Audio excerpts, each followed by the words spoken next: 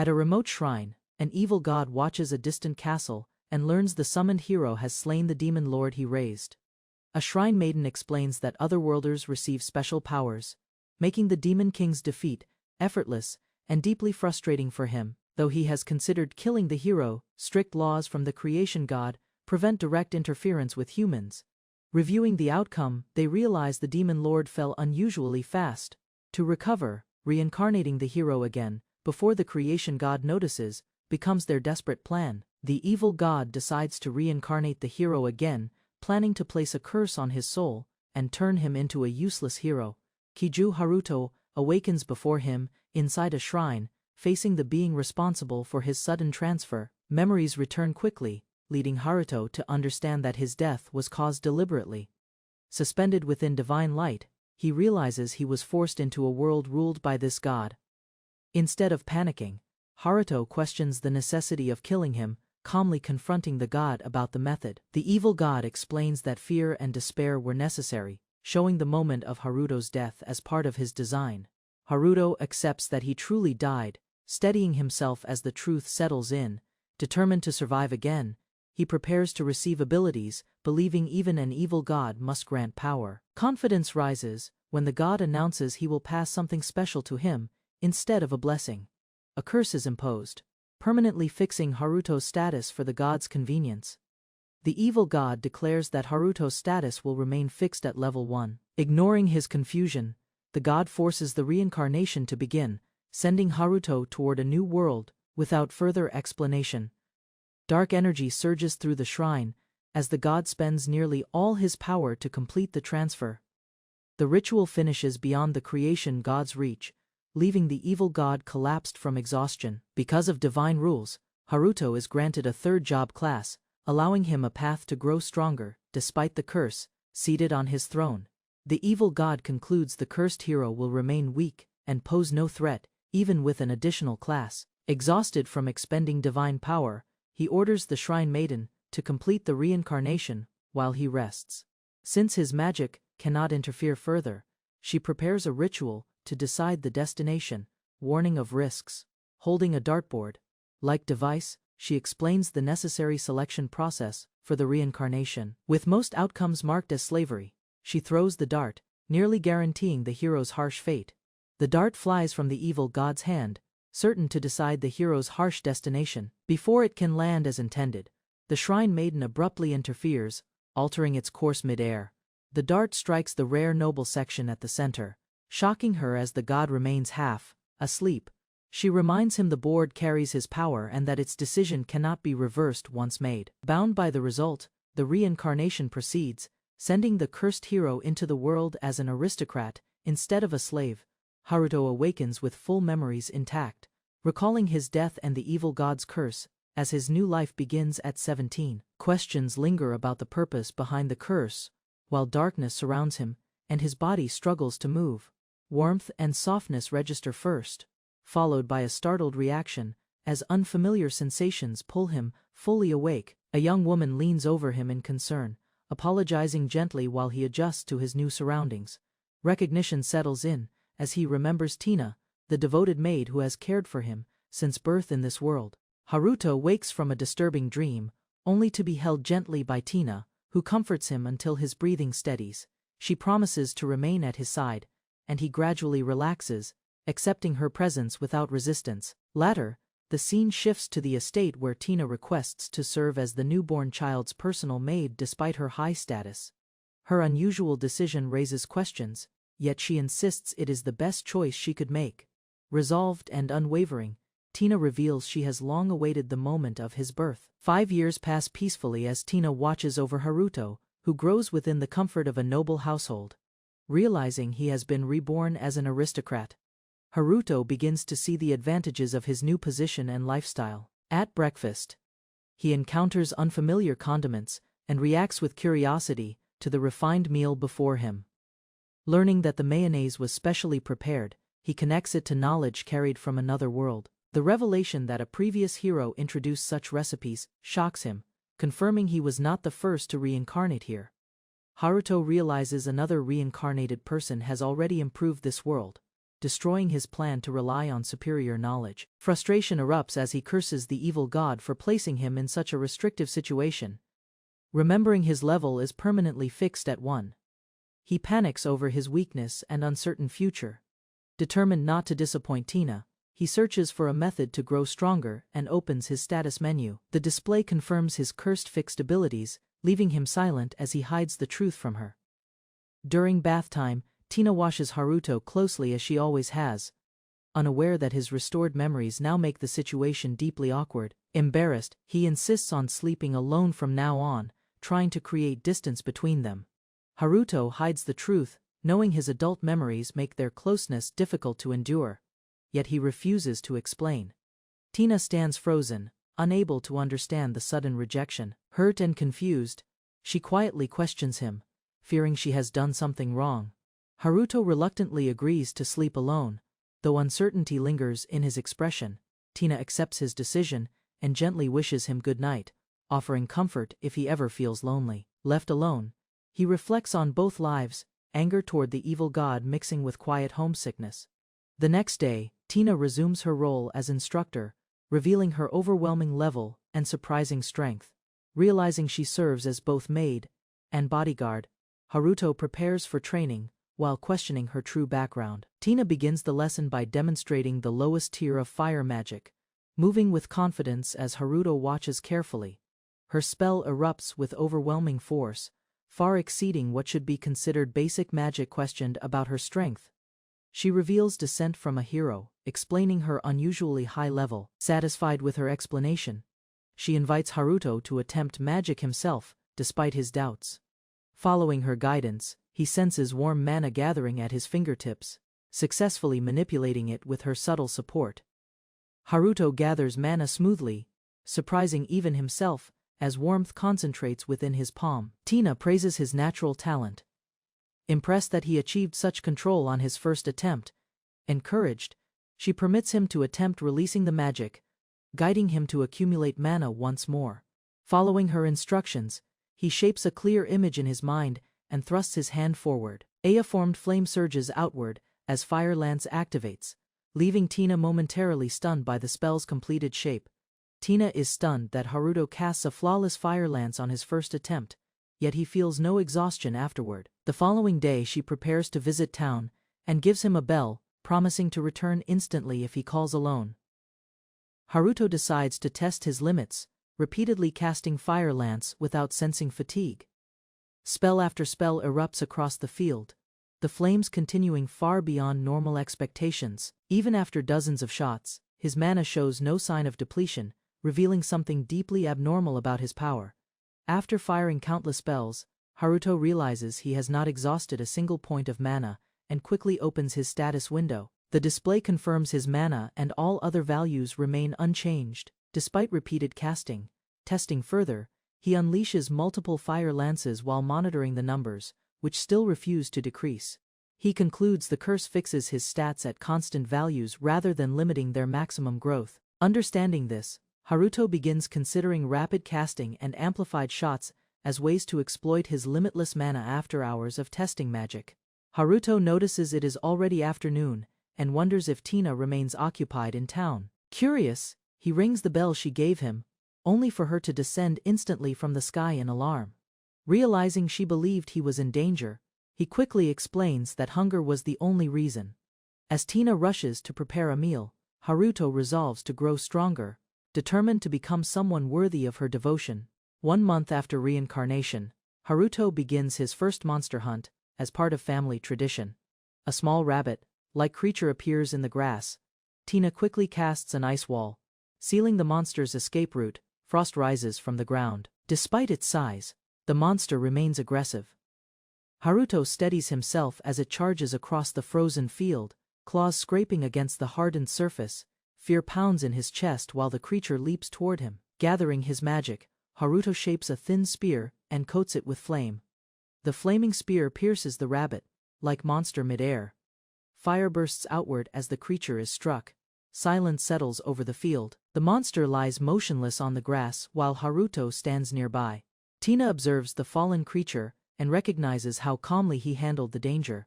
Looking at the lifeless body, Haruto feels a weight pressing against his chest. The reality of taking a life sinks in. His hands tremble as he reflects on the creature that had been alive moments before, struggling to accept the cost of victory. Tina embraces Haruto as he trembles beside the fallen horned rabbit. She reminds him that such weak creatures multiply quickly and often draw dangerous predators toward the town. The quiet settlement stretches beyond the hills under his family's rule. Managing the land includes controlling monsters to protect its people. Determination replaces doubt within him. Haruto decides the life taken should not be wasted and seeks to handle it properly. Under Tina's guidance, he prepares the meat with care inside the kitchen. Later, he eats silently, beginning to accept this world's reality. Tina watches Haruto with quiet admiration. She believes his ability to face life. Recalling the hunt, she remembers how his fire lance pierced even her reinforced magic barrier. Unknown to her, Haruto has been secretly increasing the durability of his training targets each day. His growth appears unrelated to visible status or level. Strength gathers within him at a consistent pace. Standing by the window at night, Tina quietly wonders about his true identity, but decides it is too soon for conclusions. 5 years pass, and the Grand Academy rises before Tina. She reflects on her long wait. Haruto enrolls as a new student, stepping onto the campus with cautious hope. Excitement mixes with uncertainty as he wonders what awaits him inside. While walking through the grounds, he collides with someone unexpectedly, drawing sharp attention from nearby students. The crowd quickly recognizes noble insignia and pressures the smaller student to apologize, overwhelmed and unsure. The girl hesitates, struggling to decide how to respond. A blonde student observes the scene and realizes the nobles caused the collision. He senses their arrogance and watches as they intimidate the frightened girl. Stepping forward without hesitation, he decides status will not justify wrongdoing. Rank means little if it is used to belittle others. He moves to intervene, intent on confronting the group before matters escalate further. A warning catches his attention, drawing his eyes to the distinctive collar marking high nobility. Haruto steps in firmly, shielding the girl, ignoring the Count family's authority. A noble student insulted the girl, but Matthias's presence made his group hesitate and retreat. Matthias warned them calmly, offering peace if they left. Intimidated, the boys grudgingly walked away. Afterward, Matthias reassured the girl, explaining that not all nobles behaved like arrogant bullies. The girl, finally able to breathe, thanked Matthias sincerely for saving her from harassment. Embarrassed, she apologized for earlier. Matthias smiled, joking lightly to ease her nervous expression.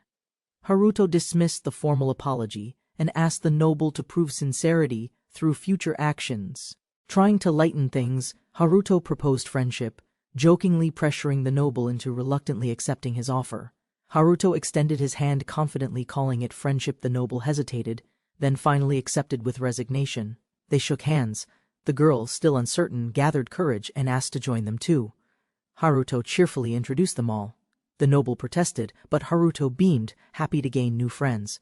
Luna introduced herself warmly. Haruto smiled, but Rook seemed overwhelmed by their sudden group bonding.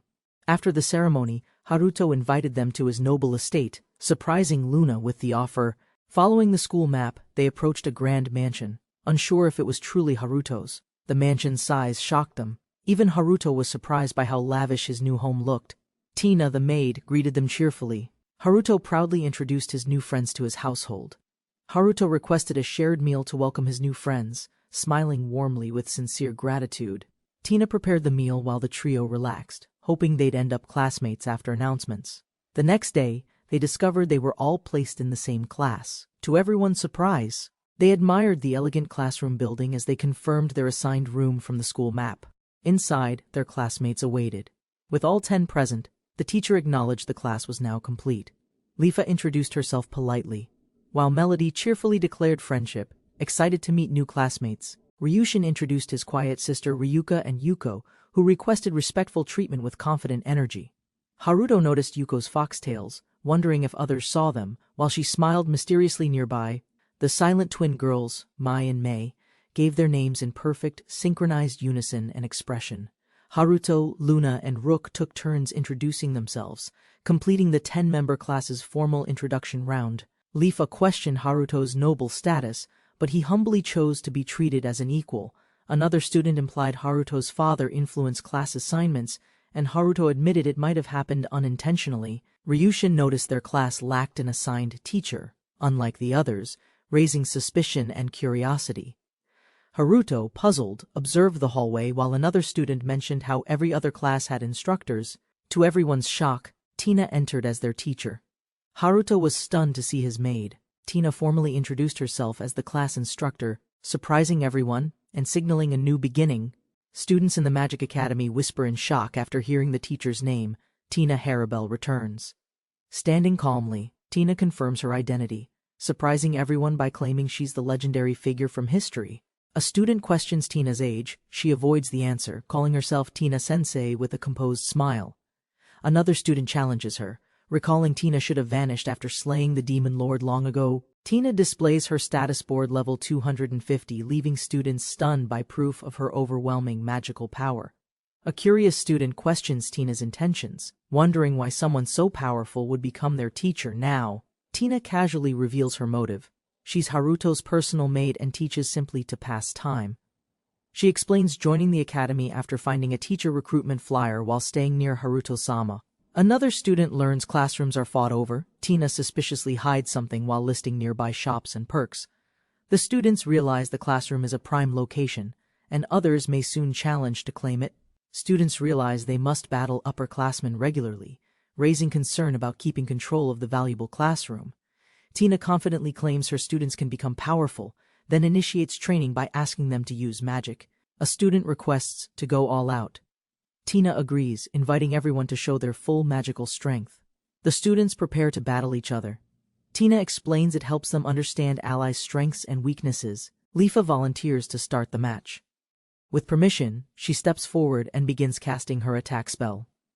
Lifa silently draws her magical bow, concentrating her power before launching her demonstration. With precise grace, she releases a swift magical shot, shouting Wind Arrow, launching energy directly into the floating crystal target. The class is impressed. Her spell pierces the target. Tina praises her and calls the next students. Twin students step forward and synchronize their casting, preparing to unleash their coordinated and unusual spell. The twins unleash a dazzling combined attack, chanting Unison Ray as magical energy spirals powerfully around them. A student named Ryushin volunteers next, activating Dragon Morph and transforming his arms into scaled weapons. Tina explains he can alter body parts for battle, impressing classmates as dragon scales form visibly. Ryushin strikes using Dragon Claw, smashing the crystal, revealing his identity as a warrior of dragonkind. Others react to his feat. One student envies the result, another jokes it was combined damage. A girl steps up to go next, resurrects a new target using magic shaped from imagination. Classmates are amazed Ryuka can restore the crystal using rare resurrection magic from the Dragon Miko lineage. Tina explains Ryuka's magic revives anything with lingering magic. Haruto is shocked by her unique capability. Haruto reflects on the class's strength, realizing Tina's confidence came from recruiting these powerful students early. Overwhelmed, Haruto panics, realizing he's still cursed at level 1 while surrounded by elite magical prodigies. Matthias hid his curse from Tina. The target was chosen. Tension filled the training ground. Luna volunteered eagerly to fight. Meldy accepted her offer, and their synchronized teamwork instantly began. Luna cast powerful support spells on Meldy, boosting strength, magic, speed, and mental concentration simultaneously. Meldy felt unstoppable energy. It was her first time receiving such overwhelming magical support enhancements. With boosted force, Meldy launched her strongest technique, Hikuken Flying Air Fist, shattering the target instantly. Meldy's punch shattered the entire target wall, creating a smoking hole and silencing the field. Everyone was stunned by Meldy's overwhelming force. She smiled nervously, realizing she overdid everything again. The instructor acknowledged their teamwork. Luna and Meldy's synergy left a strong impression on everyone watching. After 8 demonstrations, the instructor asked which of the final 2 students would show their magic. Matthias hesitated. A strange sensation stirred inside him. He feared triggering his curse's hidden power again. Luke volunteered next. Haruto's reputation made others nervous, so they gladly let him go last. Luke stepped forward confidently. The instructor approved, and the battlefield cleared for his demonstration round. Standing firm, Luke summoned divine energy. His spell, Thunderhammer, ignited with radiant magical pressure. The chant bound strength to a contract. Observers were shocked his spell structure resembled sacred invocation. Lightning surged. Luke declared a servant pact, awakening sealed divine power hidden within his body. Luke's Ultima Thunder landed violently. The floor cracked apart, stunning spectators with its extreme force. Haruto was the last to go. He froze, doubting himself after witnessing Luke's overwhelming display. Tina stopped Haruto immediately, warning him to only use 30% power to avoid structural collapse. Spectators questioned Tina's request. Even Luke's full power was fine, yet Haruto was being restricted. Haruto misunderstood. He believed Tina pitied him, thinking he was the weakest in the class. Haruto prepared his strike. He feared destroying the weak target and being misunderstood by classmates. Tina activated defensive magic. Haruto agreed to limit his strength and make the blast impressive. Haruto began casting. Despite his curse, he layered weak spells rapidly into massive magical power. Tina grew tense. Haruto's preparations were intense, even restricted. His magic overwhelmed everyone watching nearby. Haruto layered thunder, fire, and dark explosion spells thousands deep just to make the attack visibly flashy. Haruto stood surrounded by raw energy. He prepared to release the full force at once. His eyes focused sharply. Total control. He had no hesitation as the final moment approached. Haruto unleashed his spell, shouting fire lands. A wide-range explosive blast filled the battlefield with surging power. Tina panicked and screamed to stop him, realizing too late Haruto misunderstood the limit instruction. A mysterious figure commented softly, marveling at fate's irony in meeting a destined hero.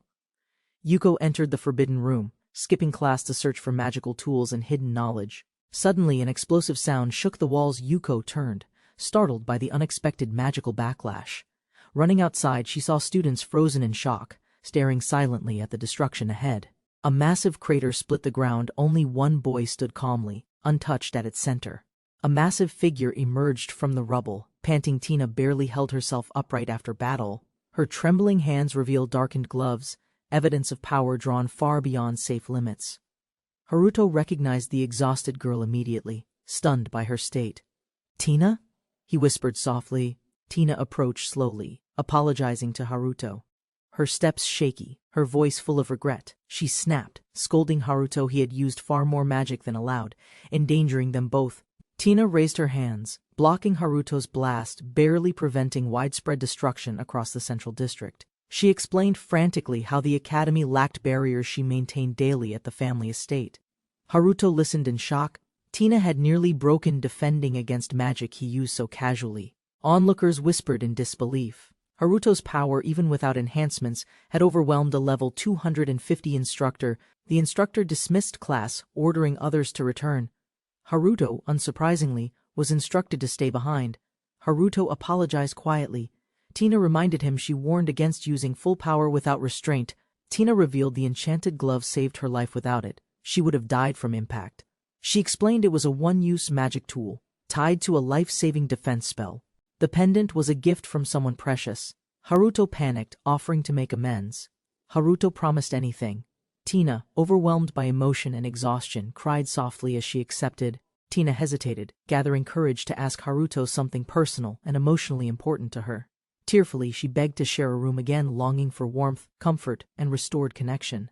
Blushing and trembling, Tina asked for a hug. Haruto, overwhelmed, quietly agreed without resistance. Tears streaming, she thanked him, sincerely grateful for his kindness, patience, and unexpected willingness to understand. After expressing her heart, Tina turned to leave, her footsteps light, her spirit finally at ease. Tina hugged Haruto tightly, trembling, finally releasing her fear after everything she had endured alone. Haruto comforted her gently, apologizing again. She relaxed in his arms, silently letting herself cry. With a peaceful smile, Tina whispered how Haruto's embrace gave her strength and calm again. Later that night, they talked in bed. Tina prepared to explain her hidden past. Haruto nodded warmly, ready to listen. "Let me hear Tina's story." At night, he calmly asked Tina why someone so skilled would choose to serve him. Despite powerful connections and national offers, Tina refused all, choosing instead to work for him. Tina once fought beside otherworld heroes, defeating the Demon King, unmatched in magical combat prowess. Among mighty warriors, she remembered one quiet figure, not famous, but deeply respected and admired silently. He selflessly charged into danger, slaying monsters to protect others. Tina admired that courage beyond words. He inspired others by charging into battle, giving everyone the strength to fight monstrous enemies together. Though not famous nor victorious alone, his compassion and bravery made him her greatest personal hero. While tending his wounds, she gradually realized her feelings' deep affection blossomed into unspoken, heartfelt love. Despite the hero's return rule, he stayed behind, touched by her sincerity and heartfelt wish. The boy, puzzled by her emotions, bluntly asked if they had truly been lovers once. Though their bond never became romantic, he secretly felt relieved, uncertain of her true past. Despite his efforts to remain, the hero vanished after the demon lord's defeat against his will. Tina preserved a broken relic from him, sensing a rebirth of similar magic years later. She confessed her long-held belief Haruto might be that hero, reborn through fate's silent intervention.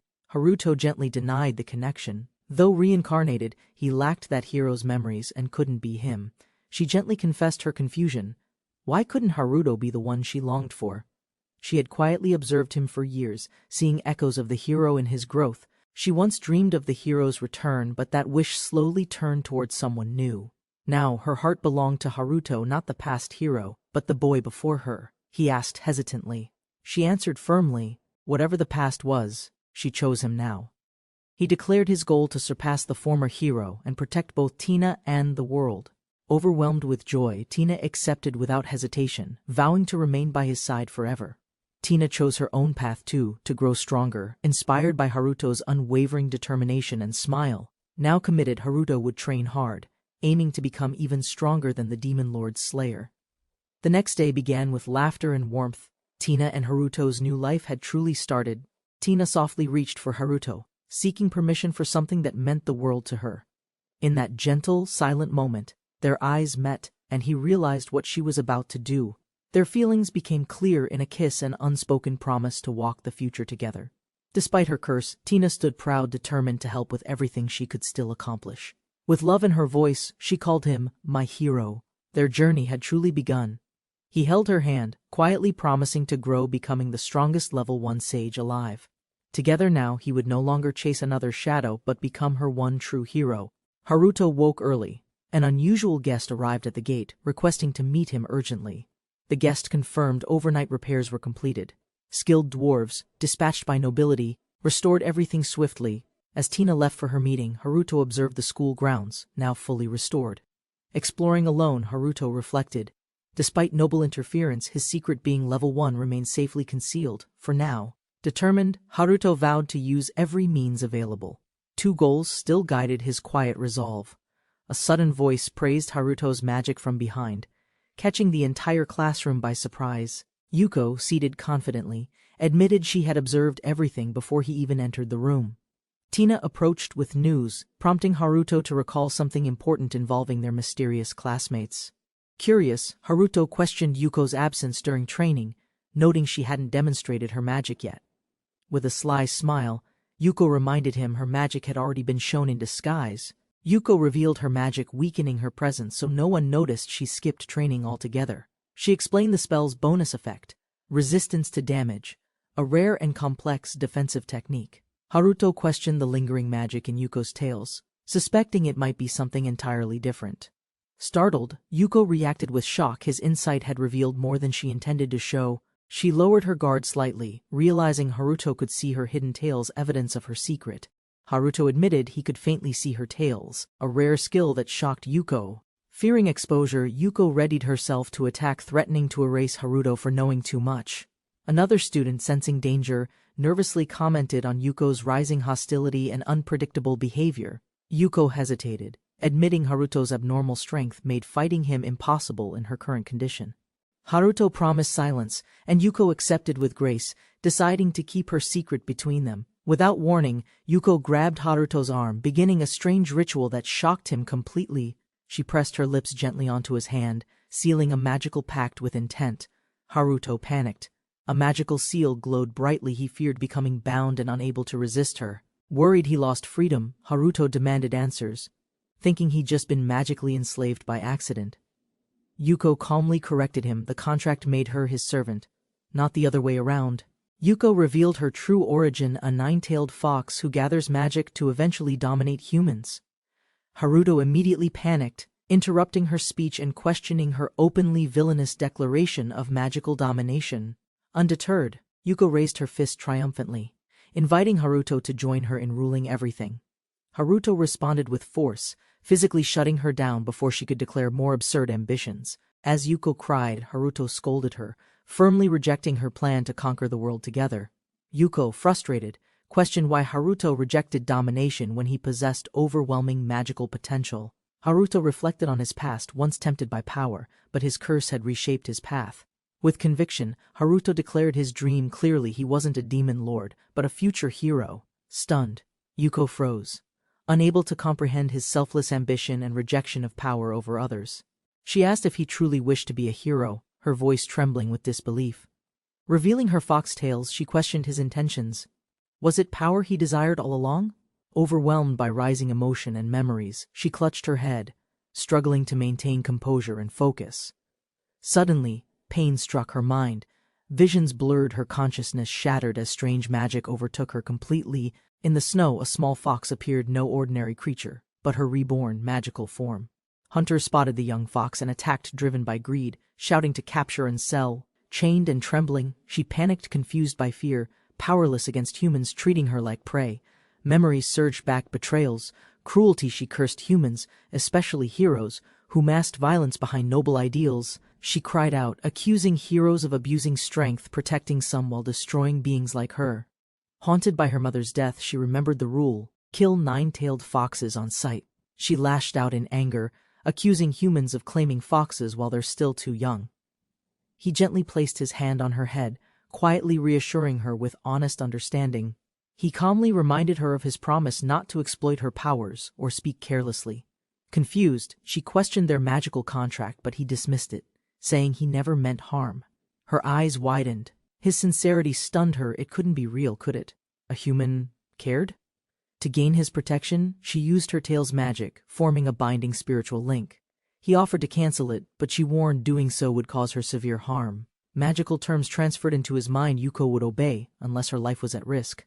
Accepting the terms, she vowed her loyalty, offering everything she had except her own life. He stared silently, struck by her honesty, as unexpected warmth began blooming in his heart. Haruto couldn't explain it, but the need to protect Yuko gently awakened within his heart. A classmate entered, surprised to find silence and an unusual closeness between the two. Rook questioned their bond, but Haruto awkwardly deflected, while Yuko grudgingly returned to her seat. Feeling warmth from his hand, Yuko smiled, touched by what she saw as kindness.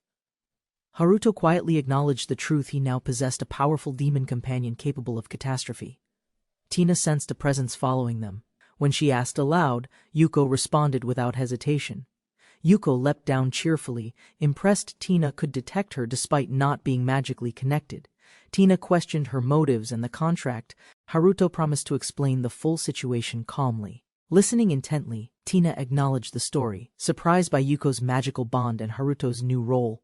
Then suddenly, Tina misjudged, thinking Yuko was just a demon forcibly possessing Haruto's body and will. Haruto stood frozen, confused by Tina's sudden aggression, while Yuko gripped him, equally alarmed and unsure. Tina moved to strike the fox girl, but Haruto stepped in to shield her immediately. Yuko panicked, pleading for help, while Tina accused Haruto of being controlled by a contract. Haruto shouted, stopping Tina's attack, insisting she calm down before someone innocent got seriously hurt. Raising his hand, Haruto showed he bore no seal, proving his will remained completely unaffected. Despite the curse, Haruto admitted the truth: he simply found Yuko adorable and worth protecting sincerely. Haruto commanded Yuko to stand and act like a cat, testing her obedience dramatically. Yuko spun while meowing. Haruto smiled proudly, proving she followed every command without hesitation. Despite obeying, Yuko nervously reminded them she was a fox, not meant to act feline. Tina pointed out Yuko could still brainwash or attack others, despite appearing obedient toward Haruto. Haruto took her hand and declared a new rule: no more attacks without his direct permission.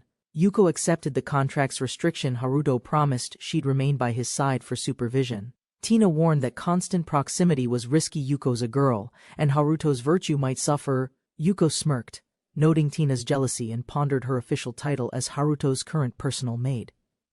Believing Tina wouldn't oppose her, Yuko planned her next move: secure Haruto completely for herself. Daydreaming boldly, Yuko imagined a romantic night, convinced her charms would inevitably win Haruto's heart. Tina entered shocked to find Yuko in bed with Haruto, claiming it was safest there.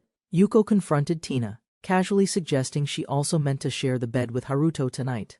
Tina yelled in outrage, pointing out Yuko's inappropriate role as his teacher. Yuko boldly dismissed it. Haruto awkwardly invited Tina too. Caught off guard, she blushed and agreed, joining them in bed. With both girls clinging close, Haruto found himself overwhelmed, accidentally grabbing something he really shouldn't have. Haruto welcomed Yuko too.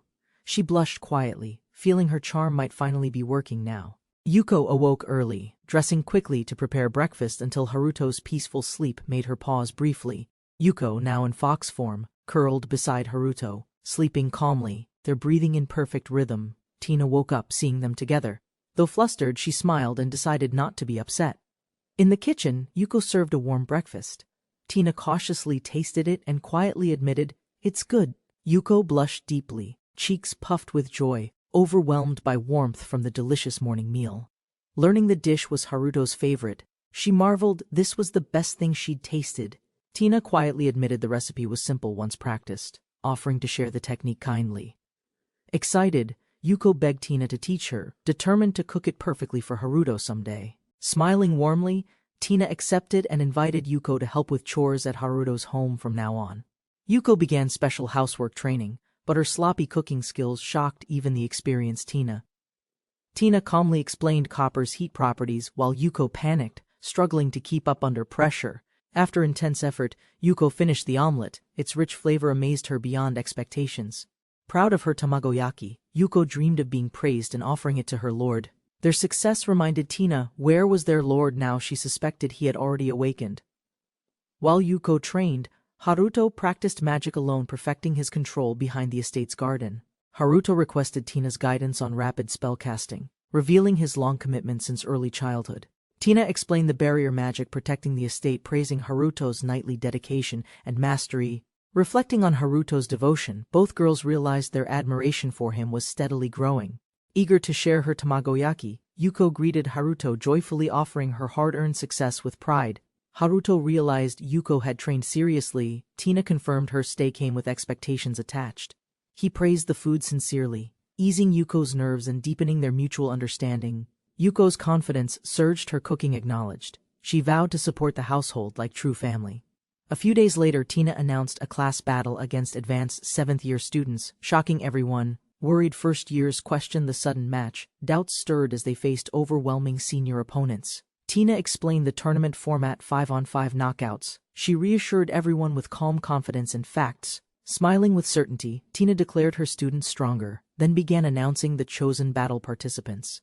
Both classes assembled for battle. The first years faced the intimidating and experienced 7th-year challengers. Seeing the seniors' faces, a young girl flinched, recognizing them as especially dangerous or cruel. The seniors mocked and threatened them arrogantly, belittling first years with insults and class-based intimidation. Haruto's team recognized the seniors from earlier bullies seeking revenge after the entrance ceremony. To their shock, the seniors' magical energy was incredibly weak, barely detectable by any standard. Suspicious, Haruto concluded only sages could sense their magic, masking their true power deceptively. Luna grew visibly nervous, confirming the enemy's identity, and her past with them resurfaced. Concerned, her teammates pressed gently. Luna hesitated, then finally opened up about her unsettling experience. Luna shared her past incident during the entrance ceremony, recalling Haruto and Rook's help. Despite her unease, Luna chose to stay motivated by her desire to support everyone. The seniors taunted the girls with crude insults. Luna's teammate quietly labeled them scumbags without hesitation. The match was about to begin. Vanguards from both classes were summoned to the arena. Luna was gently reminded of a peaceful memory, possibly to calm her tense spirit. With steely resolve, the elf girl launched her attack, determined to punish her cruel seniors. A student tournament begins. Seniors face juniors. Spectators gather. Melody watches silently, sensing hidden intensity. Ryushalin questions their strength, but Melody believes victory is possible despite the seniors' intimidating reputation. Memories of sparring with Tina Sensei's gargoyle reassure them. Experience has sharpened their battle instincts immensely. They acknowledge the risk of exotic magic, yet remain confident. Strategy outweighs seniority in combat. As battle starts, Leafa steps forward, declaring her challenge. Tension rises. The real match begins. Lifa steps onto the battlefield. Her ally cheers confidently, trusting her strength without hesitation or fear. Her opponent arrogantly invites an attack, mocking her efforts and underestimating her potential from the start. Lifa reads his smug behavior as disrespect. Deciding to counter boldly and claim the initiative herself, she channels massive mana into wind magic. Energy condenses sharply, her power begins to distort the arena. Spectators observe with concern and awe. Lifa's magic builds pressure. Clearly, this fight won't be simple. Lifa's wind stirs wildly. A girl is blown off balance, caught midair by Haruto's quick reflex. Haruto holds the girl, surprised by her lightness. Something about her feels oddly unnatural, even fragile. Flustered by their closeness, she stares at Haruto, her emotions exposed in a single stunned heartbeat. Before awkwardness deepens, Mai interrupts, grabbing Haruto's sleeve, unintentionally stirring jealousy and attention from the rescued girl. Suddenly, two identical girls appear side by side. Haruto freezes, stunned. Confusion spreads. Which one's real? Confusion brews between the twins. Mai defends Haruto while Mai exaggerates the rescue's meaning. Mai thanks Haruto but warns him keeping distance from Mai is strongly advised for safety. Back on the battlefield, Lifa's mana erupts into a vortex. Her spell preparation nears completion. The arrogant senior panics. Lifa's overwhelming magical force surpasses expectation. Spectators cheer her incredible display.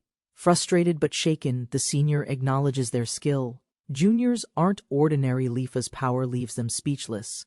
Lifa chants her attack spell.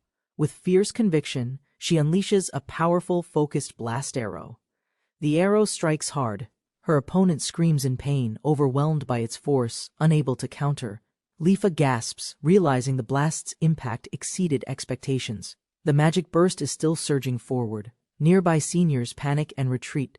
Without a barrier, they're caught in the unexpected shockwave's path. The explosion shakes the ground. Even bystanders reel. Her display of strength leaves everyone in awe. Lifa stands stunned. Praised by classmates, she nervously seeks guidance from Tina-sensei amid loud cheers. Tina proudly praises Lifa's total domination. She casually reveals her own role maintaining the barrier. A flustered instructor protests. Tina smugly claims no defense could have withstood her pupil's overwhelming spellcraft. Another instructor disputes legality. Tina retorts, "Rules forbid outside interference, not strong internal attacks bypassing expectations." With 7th years defeated, Tina declares 1st years victorious. The instructor growls, but can't argue with the results. Officials argue the downed students were spectators. Tina denies responsibility. Suddenly, a new name's called. Edgar rises lazily, confused. Once uninvolved, he's now summoned, hinting at hidden strength and untapped danger. A sudden rule change forces the match to restart, confusing and frustrating the first-year participants. Lifa impresses with her magic, then gracefully steps down, letting the calm Ryulushin take over. Ryulushin feels overwhelming pressure, but receives reassurance from a healer who promises resurrection if he fails. Unexpectedly, Edgar enters as Ryulushin's new opponent, perfectly matched due to his close combat specialization. Confidently stepping forward, Ryulushin vows to fight spectacularly, aiming to honor Lifa's earlier performance. Ryulushin confidently reveals his strength, casually confirming his dragon-like nature without showing any hesitation. Rain is found by classmates, scolded for deadlines and workload, yet calmly brushes off the concern. Despite the looming deadline, the student council president assures everyone he'll complete everything on time. Edgar declares he'll only lose to one person, showing clear intent to fight Ryulushin seriously. The match begins as Ryulushin activates Dragon Morph. Eager to prove himself to his fellow classmates, Ryulushin strikes fiercely with Dragon Claw, aiming to finish the battle with one overwhelming blow. His attack lands hard, but Edgar survives, shielded by a mysterious barrier that absorbs the impact. Edgar praises Ryulushin's power but reveals it was only a decoy to distract him. Exploiting Ryulushin's opening, Edgar counters swiftly, catching him vulnerable after the Dragon Morph skill's delay. In a flash, Edgar's attack lands cleanly, sending Ryulushin reeling before he even reacts. Ryulushin collapses after Edgar's decisive blow. The match ends, with Edgar declared the clear winner. Tension rises over Ryulushin's condition, but Ryuka defends him while agreeing to help with recovery. Ryuka acknowledges Edgar's strength and plans to personally thank him once Ryulushin regains consciousness. The group agrees Edgar is exceptional, already a student council officer and respected among his peers. Melody hesitates, wary of Edgar's decoy magic, but admits she's seen through part of his speed. Tina is called on suddenly, surprised to learn she'll now play a critical support role. Melody prepares to fight. If Luna boosts her speed, Edgar's decoy tactic might fail. Tina asks about match rules.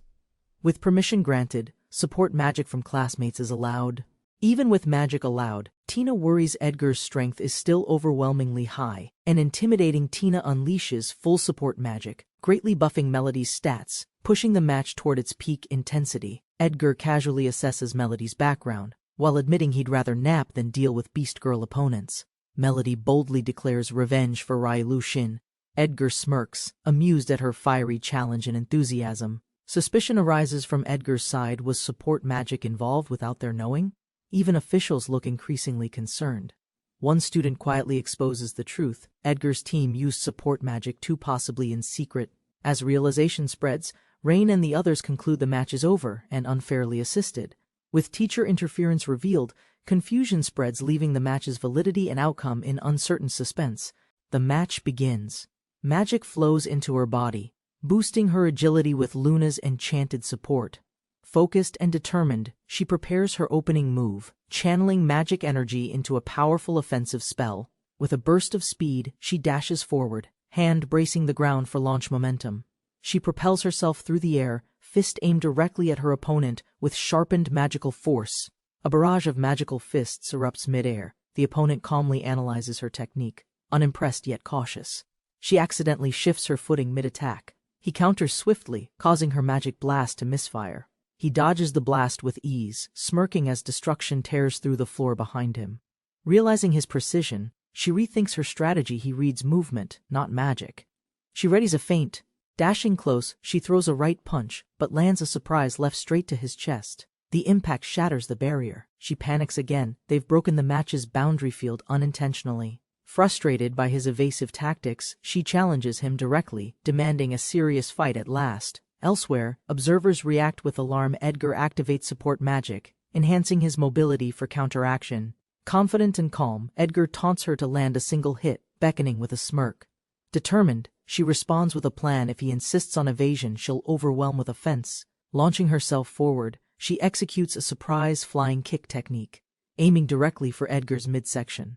Her spinning kick strikes forcefully. Speed and power combine, but her target isn't quite what it seems. The impact hits a dummy target again. She realizes too late. Another illusion fooled her completely. He claps with a cheerful grin, complimenting her unexpected strength and footwork with exaggerated admiration. Then, to her shock, he suddenly surrenders, admitting defeat before she can even process the outcome. He concedes. Honestly worn out, low on stamina and mana, he accepts defeat with a smile. He confirms his withdrawal, admitting he couldn't accept a victory gained through deception or unfair magic. With no fighters left to continue, the match is declared over. Victory goes to Tina's class. Surprised by the result, she questions his decision. He smiles, saying the battle was enjoyable. She hides her frustration behind clenched teeth. Pride stung by an opponent who surrendered without finishing. Despite missing their turn, the classmates reassure their teacher, proud that the team still triumphed together. Haruto admits his doubts, unsure if he could have defeated Edgar despite wanting to test spells. The instructor furiously confronts Edgar, furious over his recklessness and shocked that he's still alive. As punishment is threatened, a new character appears, confident and composed, interrupting with sharp legal authority. The secretary reveals a recorded video, calmly suggesting the instructor take a look before acting rashly. The footage clearly exposes the instructor's dishonest actions during the match, leaving no room for denial. Rain calmly warns the instructor not to shift blame or sabotage Edgar's reputation after being exposed. Despite Rain's help, he reminds Edgar with a grin favors don't mean he owes him anything. Curious eyes follow Rain's exit. Someone recognizes him, recalling the flashy hair from the entrance ceremony. Rain is formally introduced student council president and the academy's strongest. His presence radiates status and power. Inspired yet anxious, they wonder aloud, could first years like them ever defeat Rain's elite senior class? Excited by the challenge ahead, she commits, eager to fight and lead the team again. Their morale rises. With determination and teamwork, they vow to train harder and push beyond limits. As Haruto steps forward confidently, Rook reflects in silence, feeling left behind, unsure of his place. Melody collapsed on her desk, exhausted from non-stop battles and relentless academy training drills. Luna greeted Melody warmly, offering a mystery gift she had prepared for the entire class. When Luna mentioned Valentine's chocolates, Melody panicked, realizing she had completely forgotten the occasion. In Grendel, women gift chocolates in February. Melody forgot this vital tradition. Entirely still reeling, Melody spiraled into regret, overwhelmed by imported customs from otherworldly summoned heroes. Summoning her courage, Luna handed chocolate to Haruto, hiding her deeper feelings behind a smile. Haruto gratefully accepted the chocolate, surprised by her generosity and Luna's request to keep it secret. Luna nervously approached Mai and Mei, offering chocolate despite their unreadable and silent expressions. The twins accepted politely, but were confused, unaware of what Valentine's Day truly represented. Haruto quietly observed their reaction. Weightless bodies and detachment hinted they weren't ordinary students or even human. Haruto grew curious. Mei remained cold and distant, while Mai seemed torn between honesty and duty. Tina-sensei entered the classroom cheerfully, sensing the students' excitement from the festive atmosphere inside. Tina revealed a beautifully decorated chocolate cake, asking for help serving it to everyone. Melody burst in, presenting drinkable hot chocolate with pride, clearly recovered from her earlier gloom.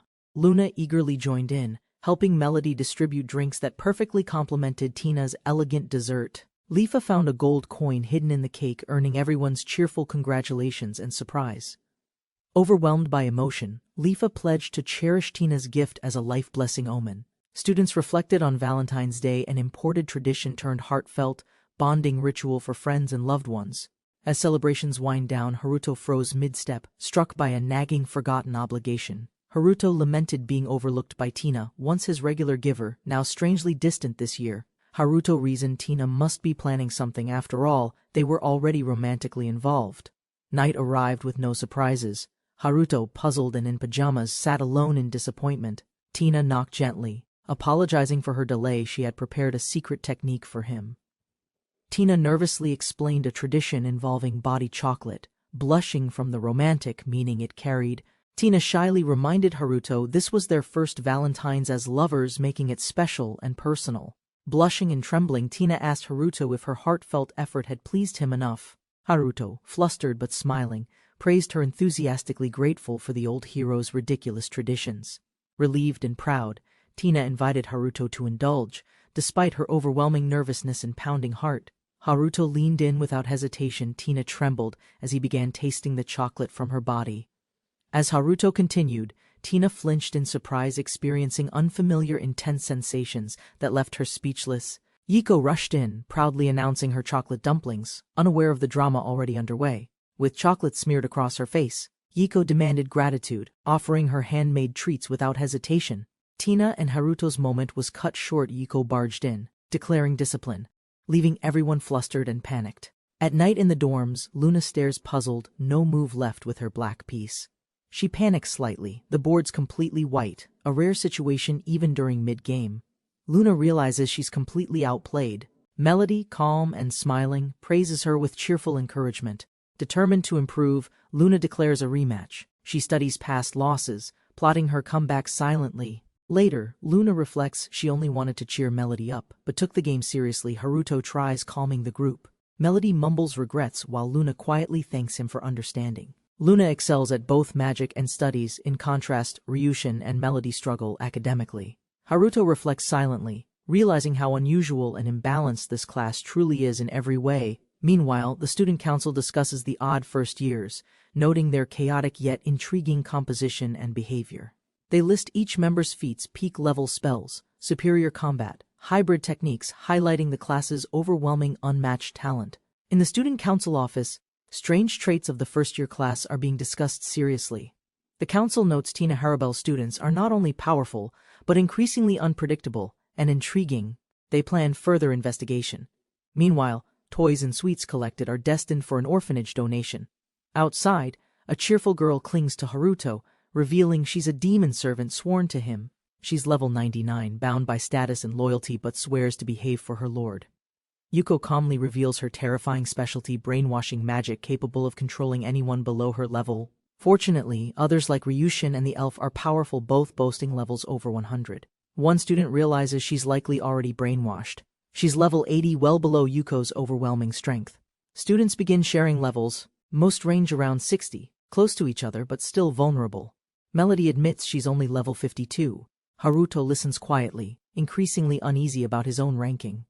Luna is praised by peers despite being a support. Her growth and dedication shine brightly. Grateful and smiling, Luna thanks everyone. Behind her, Haruto awkwardly hides his true level, 1. Encouraged by others, Haruto wonders if he must reveal his cursed level to everyone now. He hesitates, knowing the time has come. Even Tina doesn't know his painful secret yet. With resolve, Haruto speaks up, ready to confess the truth behind his concealed power level. Just as Haruto prepares to reveal everything, a classmate bluntly asks him not to. Reflecting on strength, Ryushin admits Haruto's training lineage makes him stronger than he first thought. Ryushin fears knowing Haruto's actual level, afraid the difference might mentally break his own confidence. Haruto panics. His actual status, level 1, is nothing like what everyone keeps assuming or imagining. To his relief, the others decide not to look afraid of demotivation or disappointment. Students arrive at Hagane Forest, a dangerous training zone typically reserved for upperclassmen monster battles. Luna hesitates, unsure of her combat usefulness. Others propose forming pairs for safety and balance. Pairs quickly form. Luna teams up, Melody partners with Crucia, and excitement begins to build. Even the reserve twins join. Haruto gets paired with Yuko, who clings tightly as usual. With everyone assembled, the instructor announces, training begins. Monster combat in the forest is officially underway. Tina instructs everyone to stay safe, handing out magical whistles in case of emergency trouble. Each student receives a bracelet designed to record monster kills and their corresponding difficulty ranks. A hidden listener confronts them playfully, realizing the group turned training into a friendly competition. Haruto teases Tina about orchestrating the contest. She admits she expected the challenge to excite them. Tina explains level gains aren't the goal. Instead, teamwork and experience matter most before noon's deadline. Tina claps with a bright smile, officially signaling the start of the forest training challenge. With fierce enthusiasm, Ryushin and others dash forward. Monster combat training in Hagane Forest has begun. Yuko realized they were far from the others and asked how to handle monsters. The group debated brainwashing magic's limits while searching for intelligent monsters they could subdue safely. The young mage stepped forward, determined to resolve things quickly by using his own power. With confident control, he conjured multiple fireballs, stunning his allies with their size and beauty. He enhanced the fireballs further, combining elements, gradually shaping the magic into something much greater. A strange creature begins forming, part horse, part armored knight, leaving Yuko stunned by the transformation. Layers of lightning magic are applied to strengthen the armor's defensive capabilities even further.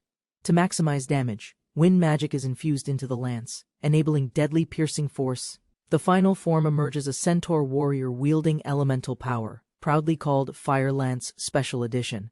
Yuko recognizes it as Flame Knight, a high-rank spell, while the caster awkwardly denies the claim. The mage cheerfully sends his 2 magic creations to fight, while they question their power level. Yuko worries about his condition after casting strong spells, but he casually justifies the Fire Lance name. She offers her mana affectionately, making things awkward with her overly dramatic, love-filled approach. Suddenly, a teacher's voice scolds her, reminding everyone they're still participating in a class exercise. The instructor warns about inappropriate behavior, while Yuko vents frustration over being constantly blocked from flirting. Yuko is threatened with being excluded from dinner if she removes her bracelet during class. Devastated, Yuko mourns missing Tina's cooking, while another student awkwardly draws a diagram of events. 2 classmates reflect on Haruto's awkward charm, realizing he's oblivious to the feelings around him. One girl is flustered by the truth. Her crush on Haruto is plainly obvious to everyone.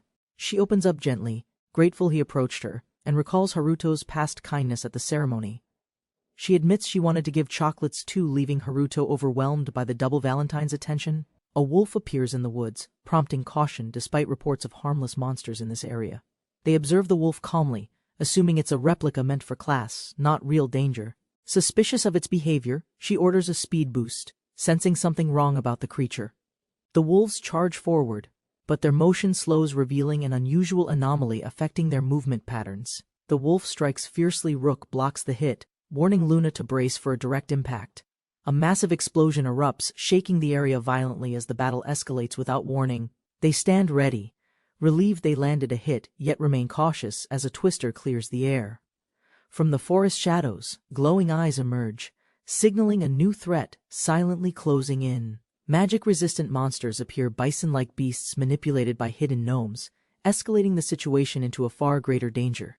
Luna worries as Rook notes the wolves seemed off, and now even more beasts appear. Melody rushes in and Lifa prepares to strike, prompting others to call for restraint mid-battle. Lifa is thanked for her risky decoy role, though clearly uneasy about the chaotic situation. As they regroup, they realize they're now surrounded by an overwhelming number of forest creatures.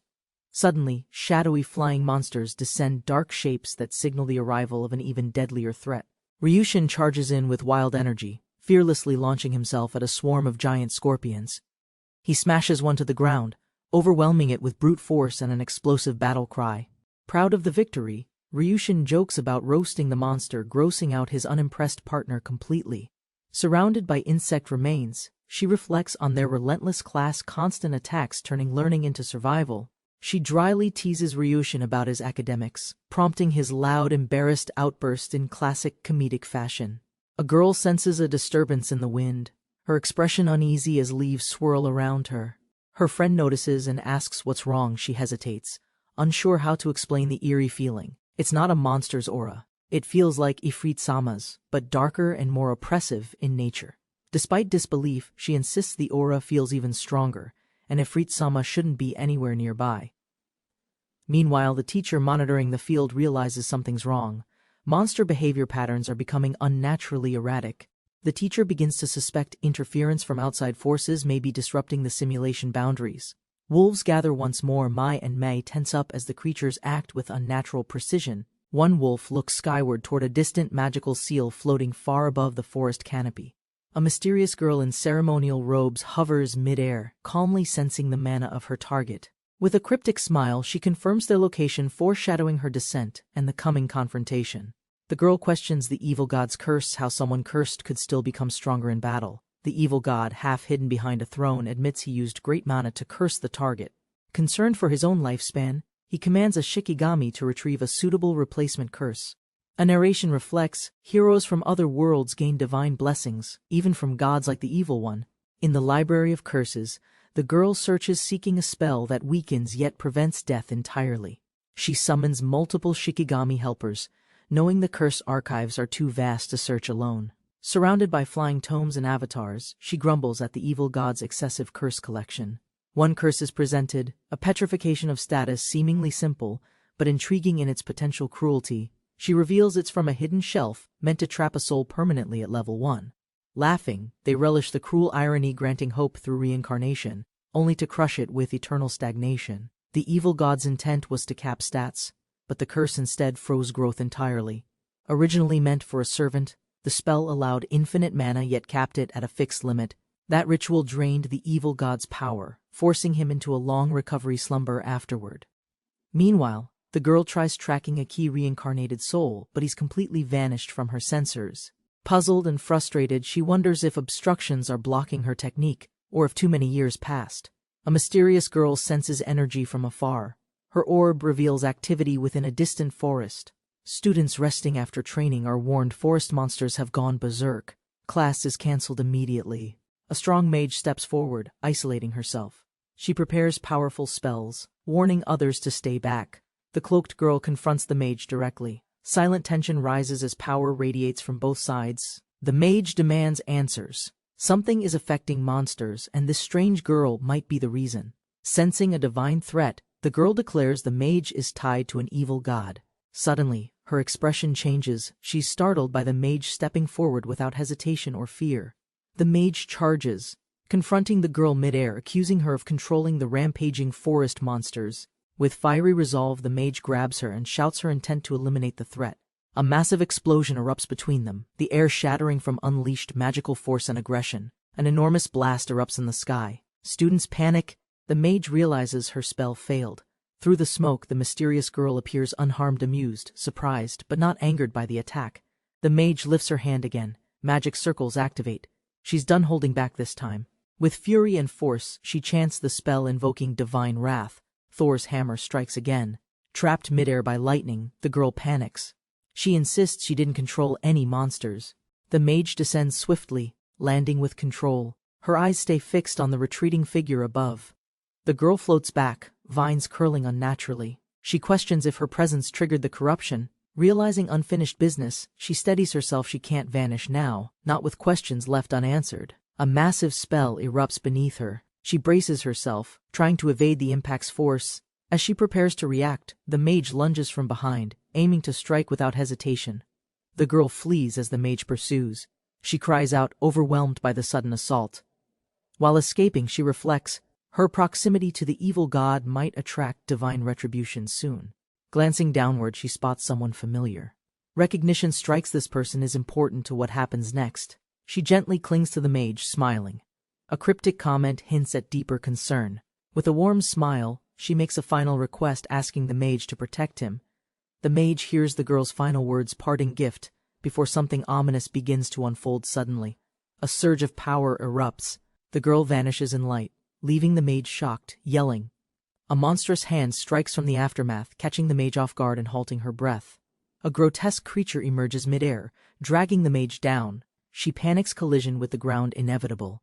On the ground, a student cries out in horror. Professor Tina, watching the chaos above unfold. Two students spot the falling figure. One gasps, shocked and confused. Is that Tina? The boy panics, recognizing her instantly. He calls her name, powerless to intervene from below. A powerful warrior intercepts the enemy midair. He lunges forward and commands, unhand her. Now, with fierce eyes and a clenched fist, he growls, you monster. A new fight is coming. A mysterious warrior descends from the sky, intercepting the girl's attacker with overwhelming speed and force. Midair, he grips her hair to halt momentum, studying her reaction with cold precision. Recognizing a threat nearby, he shouts to his ally, then drives a ruthless blow downward. Lifa watches the takedown unfold, relieved yet annoyed at his reckless handling of the situation. Melody dashes forward to catch the falling girl, as Lifa shouts urgent instructions from behind. Melody leaps through the trees, accelerating downward, arms ready to catch the falling unconscious girl. She grabs the girl midair, using her body to cushion the landing without hesitation. Melody rushes over, cradling the girl. Ryuka and Tina arrive, reacting to her weakening state. Tina attempts to heal her, but stops suddenly, realizing something strange about the girl's condition. Tina shouts a warning, too late. The attacker used poison. Its effects are already spreading fast. Ryushin observes the unconscious teacher, realizing the masked beast's poison caused her sudden collapse. Luna activates multiple buffs and barriers, shielding Ryushin while enhancing his speed and resistance.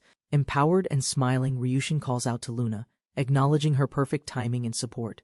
Facing the enemy again, Ryushin adjusts strategy, choosing ranged attacks while preparing for close combat fallback. Later, Tina wakes in bed, ashamed of fainting. Her friends quickly reassure her with concern. Tina recalls Haruto's words, Ryushin isn't weak, just outmatched by Edgar's superior experience. She's surprised a human praised a dragonkin's strength, but his sincerity makes her genuinely smile. Ryushin charges forward again, determined to fight despite odds. He unleashes a desperate dragon claw. The enemy counters fiercely. A blast tears across the battlefield, forcing allies into defensive positions. Watching closely, the girl recognizes Ryushin's power, but senses his opponent's strength might still exceed his. Though supported by Luna, Ryushin warns against carelessness. He urges evacuation as enemies re-emerge from underground. A sudden warning erupts. Ryushin turns too late, caught unaware by a threat closing from behind. Claws and rubble rush past, impact unseen but deadly. A figure charges through debris to protect. The group regathers fast. Melody carries Tina as magical shockwaves scatter dust across the crater battlefield. With calm certainty, the girl identifies the attacker. Her eyes narrow. There's no mistake this time. The monster steps forward. Its grotesque grin and claws confirm one thing: it's a true fiend. Acting fast, the mage casts Sand Bind, chaining the fiend in place with magical restraints. Despite the chains, mana flares wildly. Ryushin's ally shouts urgently, urging him to retreat immediately. Ryushin refuses. Knowing Dragon Morph causes temporary stasis, he chooses to stall the fiend himself. From afar, two students watch the chaos, realizing the fiend replaced the previous red-cloaked enemy suddenly. From a distance, Mei and Mai quietly watch the chaos, choosing not to interfere yet. Mei questions herself softly, if Haruto fails here, is she truly fit to support him? Her companion answers coldly, no point forming a bond with someone unable to handle real danger. Mei hesitates, but realization strikes. Her resolve hardens. Haruto's strength matters, but her decision matters more. Mei stared quietly, hands clutched, heart stirred, still addressing him as Haruto-sama, despite everything. Since Haruto's devastating training session destroyed the grounds, tension between students has only grown worse. One student, mesmerized by his mana, now dreams of forming a contract with Haruto-sama herself. Rumors spread, even Yuko-san, with pride and power, willingly formed a pact under his strength. Now wielding searing flames with ease, Haruto's unmatched strength made his presence impossible to ignore. Mai, determined and hopeful, declared she'd become amazing if she could earn Haruto's sacred covenant. Mei, more reserved, reminded Mai she'd never contracted before. Still, she gently apologized for her excitement. Mai reassured her sister, placing a hand gently this time. She wanted the choice to be mutual. Though Mai always clung to her, Mei wished they'd find different magicians even if it hurt. A little sad, Mei still smiled, grateful her sister might finally grow as her own person. Though hesitant, Mei sensed looming danger, deciding they must help if others faced true threat. Excited by Mei's resolve, Mai clenched her fists ready to face danger and move ahead. The wolves barked sharply. Mai froze, realizing the overwhelming mana matched Ifrit-sama's fearsome intensity. Though unfamiliar with flames, Mei recognized the approaching aura, dark, intense, and frighteningly close now. A knight cloaked in flames emerged. Mai, stunned, admired its terrifying yet beautiful, perfectly pure fire. A strange, radiant figure vanished into the woods, leaving both girls startled and deeply intrigued. Without hesitation, Mai grabbed Mei's hand, her eyes glowing with determination, ready to chase the unknown. Certain it was Haruto's magic, Mai charged forward, determined to offer him her magical contract. Watching Mai run ahead, Mei stood frozen, uncertain, overwhelmed by silent emotions stirring deep within. If Haruto were a water magician, Mei could stay with Mai forever, or so she thought. Though she wished for independence, Mei realized she was the one clinging, unable to let go. A quiet rustle swept the trees, signaling something unnatural was moving stealthily through the woods. Caught off guard, the dragon warrior reeled. Someone pierced his scaled skin, which should have been invulnerable. With a wicked grin, the masked attacker lunged, too fast, too vicious, even for dragon reflexes. A brutal slash tore the air, splattering black with force, speed, and terrifying precision. A severed hand flew skyward. Panic erupted as she screamed Ryushin's name in rising fear. Ryushin dropped to one knee, wounded and breathless, his fierce pride shaken by that brutal strike. Straining to stay upright, Ryushin muttered grimly. The monster's attacks were laced with potent poison. A young mage stepped forward, eyes locked. Conjuring energy, he summoned a radiant whip of light. As the whip snapped through the air, a voice shouted, "Haruto," calling him into the fight. Cornered and overwhelmed, the group panicked. Someone had to act, or they would all perish together. Rook hesitated under pressure, but his comrade's shout forced a choice. No more holding back now. Suddenly, glowing glyphs encircled the enemy's feet. An unknown spell had silently taken form beneath him. Ice erupted upward, locking the monster's legs. An offensive spell had finally landed, halting its movement. Mai's eyes widened, her flaming horse vanished unexpectedly, just as Mei shouted and danger grew closer. As blazing hooves touched earth, Mai gasped with joy. Haruto confirmed it. The summon had arrived. The summoned knight raised its flaming halberd, its presence radiating power, poised for immediate engagement. With one mighty thrust, the knight struck the masked fiend, who snarled and reeled in pain. Shocked by the knight's force, allies questioned, was this powerful entity truly fighting for them? The knight lunged again, unrelenting, its burning strikes tearing into the monster with mechanical, righteous fury. With a final strike, the knight shattered the fiend's flaming core. Its body collapsed violently backward.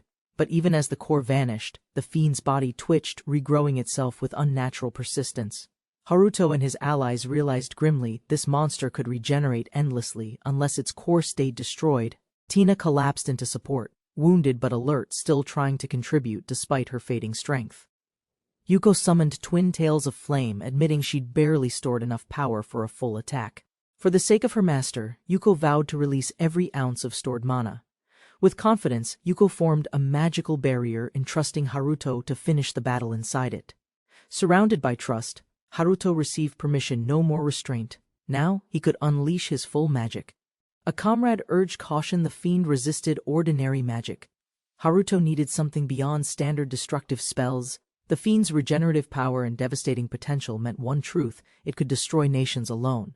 To finally end the fiend, they must unleash thermal magic strong enough to burn its core. Determined, she urged Haruto to unleash everything. Only overwhelming force could protect them all now. Haruto's eyes sharpened, understanding the weight of her plea. He prepared to shoulder the responsibility. Remembering earlier mistakes, Haruto readied his magic, committing to control, yet resolved to give his all. With fiery determination, Haruto shouted. His resolve power surged from both hands, shaking the battlefield's air. Channeling immense heat, Haruto cast Fire Lance, determined to pierce the fiend's core without hesitation. A remote shrine stood sealed, guarding the slumbering evil god beneath ancient sacred grounds.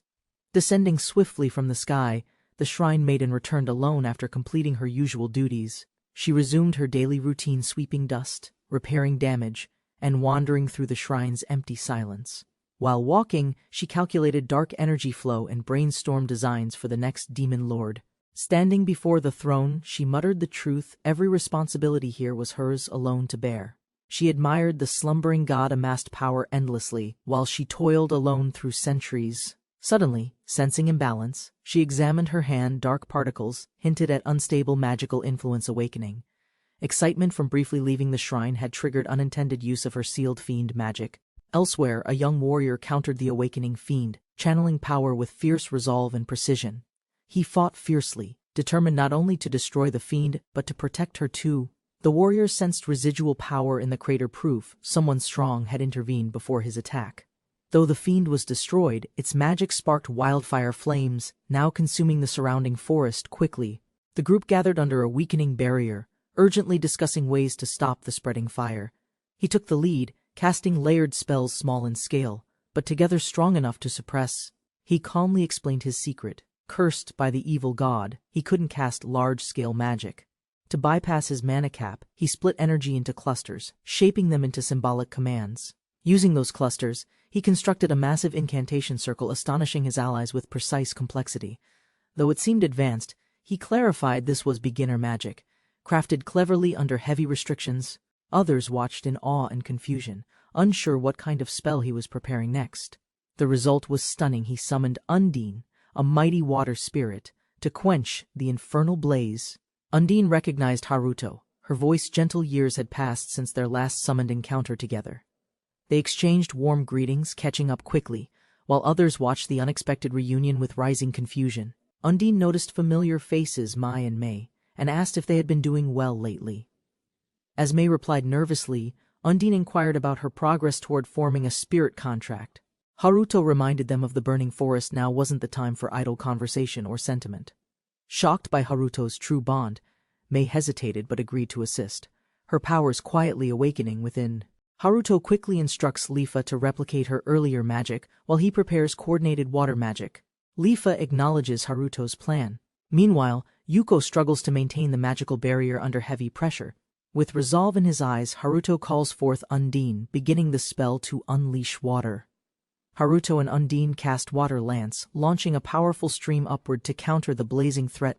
Lifa channels her energy, slicing through the chaos, spreading the water attack with sharp precision.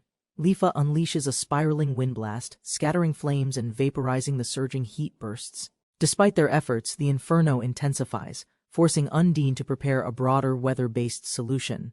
The twins, Mai and Mei, are called upon to attempt their long-practiced coordinated magic. With synchronized movement and silent resolve, they cast Icicle Ballad, summoning sharp crystalline spears midair. Mai initiates the spell's next phase, raising freezing energy as floating ice gathers above them. The twins' spell thickens the atmosphere with cold mist, summoning more ice into the clouds. Exhausted, Mai collapses. Mei asks Haruto to generate heat for completing their rain formation plan. Realizing their strategy, Haruto prepares magic but hesitates. He still must maintain the ongoing water assault. To multitask, Haruto summons Ifrit, a fiery spirit, to warm clouds while he attacks below. The girls panic at Ifrit's sudden arrival, shocked by Haruto's bold summon mid-battle strategy.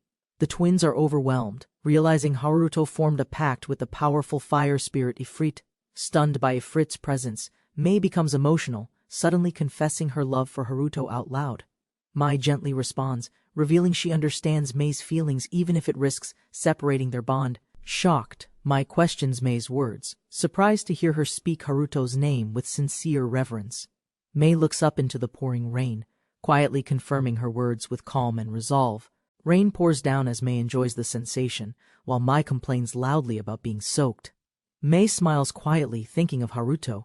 She vows to reclaim her true self one day. Elsewhere, news spreads rapidly as a mysterious incident in the forest sparks a serious inquiry. Student President Rain discusses the threat a fiend had infiltrated a secured training ground. Scribe Connie confirms the affected class was Tina's, prompting emergency measures and class suspension. The academy confirms no casualties. Attention shifts to identifying who defeated the powerful fiend threat. Connie reveals it wasn't Tina who delivered the final blow, but an unknown student. Haruto is identified third son of the Silverlay family, already infamous for destructive magical incidents. Haruto appears before the principal, who is curious about his identity and family background. The principal confirms Haruto's identity, then expresses quiet relief that Tina has recovered safely. The principal reveals that Rook speaks often of Haruto, showing unexpected admiration and familial connection. Haruto learns he inspired Rook to improve, motivating him where talent alone never had sufficed. They shake hands warmly. Haruto responds humbly while the principal silently senses Haruto's limited mana. Surprised, the principal notices Haruto's mana feels like that of a mere level 1 magician. A sharp rebuttal interrupts. Someone defends Haruto's strength, questioning whether the principal should apologize for underestimating him. Haruto accepts the situation calmly. The principal apologizes, realizing he may have overstepped boundaries. Haruto requests secrecy, preparing to disclose something sensitive, while Tina listens in with growing curiosity. The principal assures confidentiality, honoring Haruto's request and affirming respect for student diversity within the academy. Haruto opens his status screen without hesitation, revealing his true magical level for the first time. Everyone is shocked. Tina stares in disbelief, realizing Haruto's actual level is really just 1. Tina realizes Haruto's limited magic stems from something deeper, an abnormal condition in his status. The principal identifies a rare status petrification curse, suspecting it to be Haruto's guarded secret. Haruto explains he was cursed during reincarnation by an evil god, sealing away his strength. Everyone is stunned by the revelation. The chapter ends with the mystery of the curse. Tina discovered the evil god's existence, source of despair, fear, and the demon king's return. Matthias revealed the god cursed him to stay passive, hiding the truth from Tina until now. He believed the curse was flawed. His battle accomplishments proved the evil god's judgment was wrong. Seeking to demonstrate his theory, Matthias requested to cast magic, emphasizing his unusual mana value. Despite being level 1, Matthias unleashed a powerful fire lance spell, stunning everyone with its force. Matthias revealed his mana never decreased, regardless of how much magic he cast in combat. He theorized the curse was flawed, likely a miscalculation that unintentionally granted limitless magical stamina. The Elder and Fiend questioned his strength, puzzled how he defeated monsters with overwhelming force. Without hesitation, Matthias demonstrated casting multiple fire spells simultaneously without concern for mana cost or limits.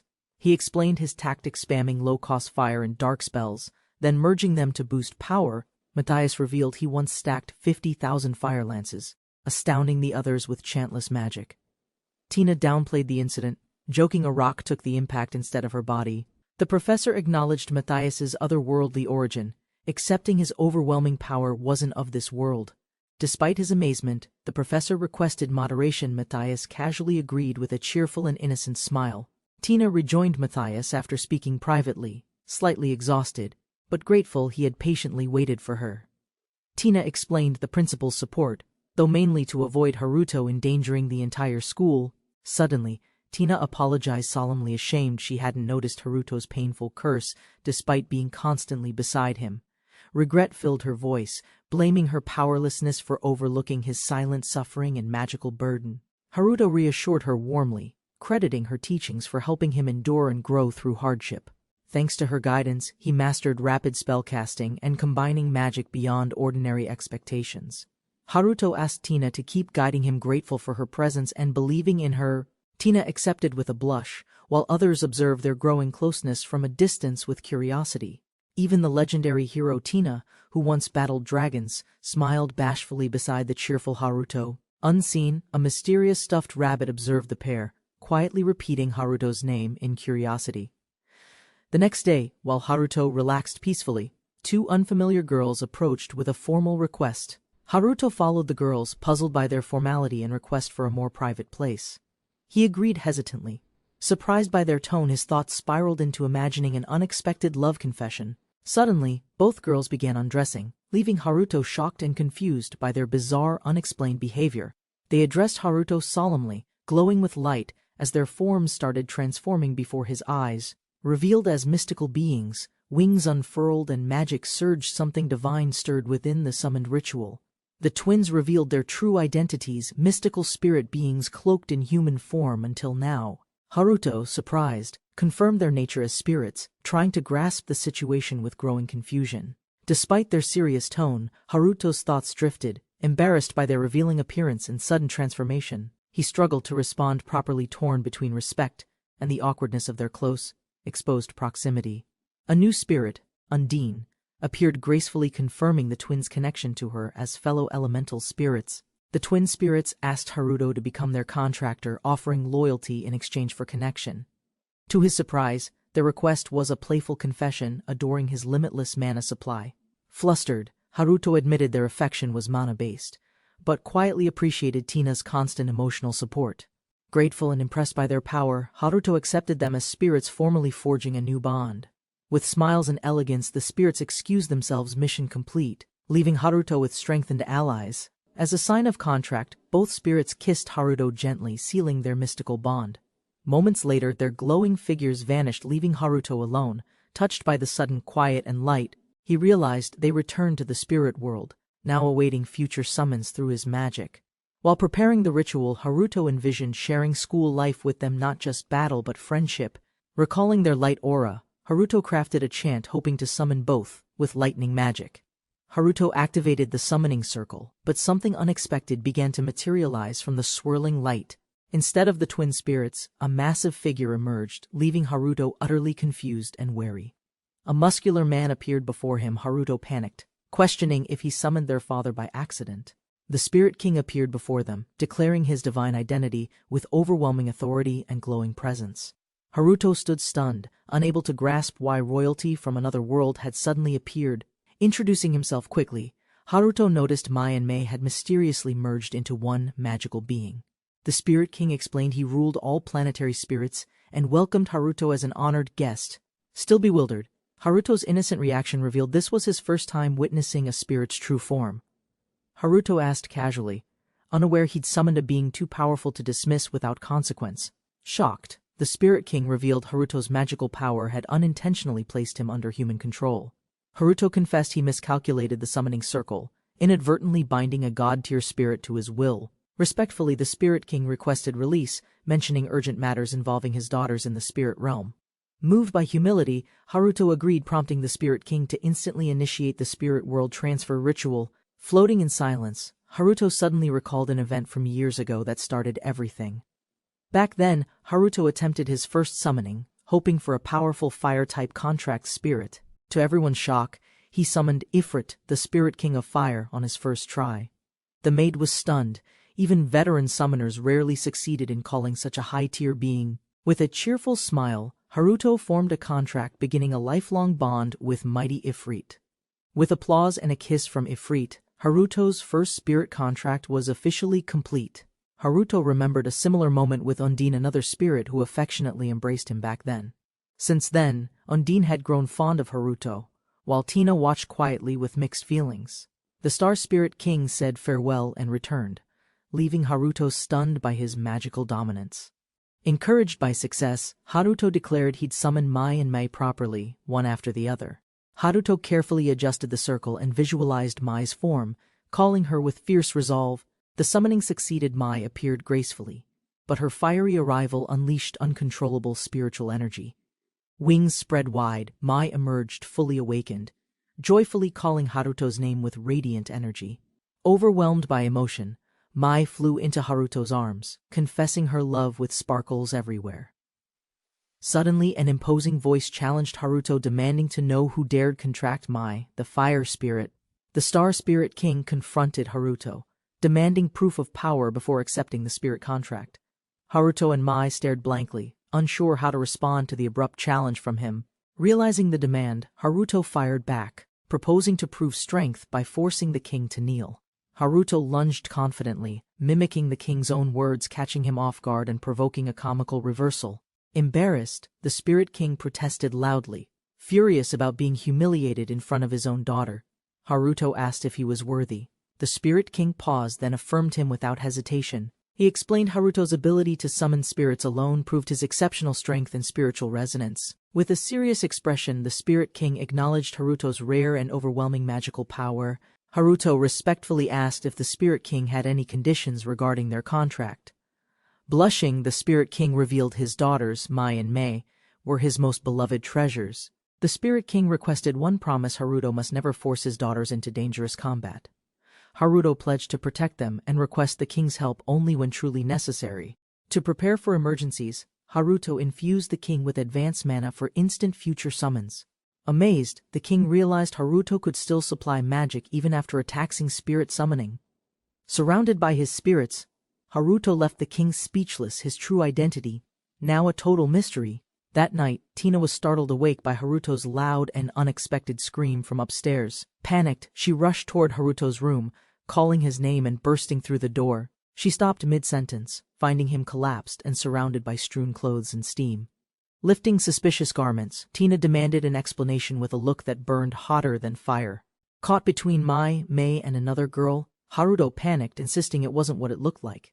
Tina repeated Haruto's excuse coldly, her tone flat but laced with unmistakable fury underneath.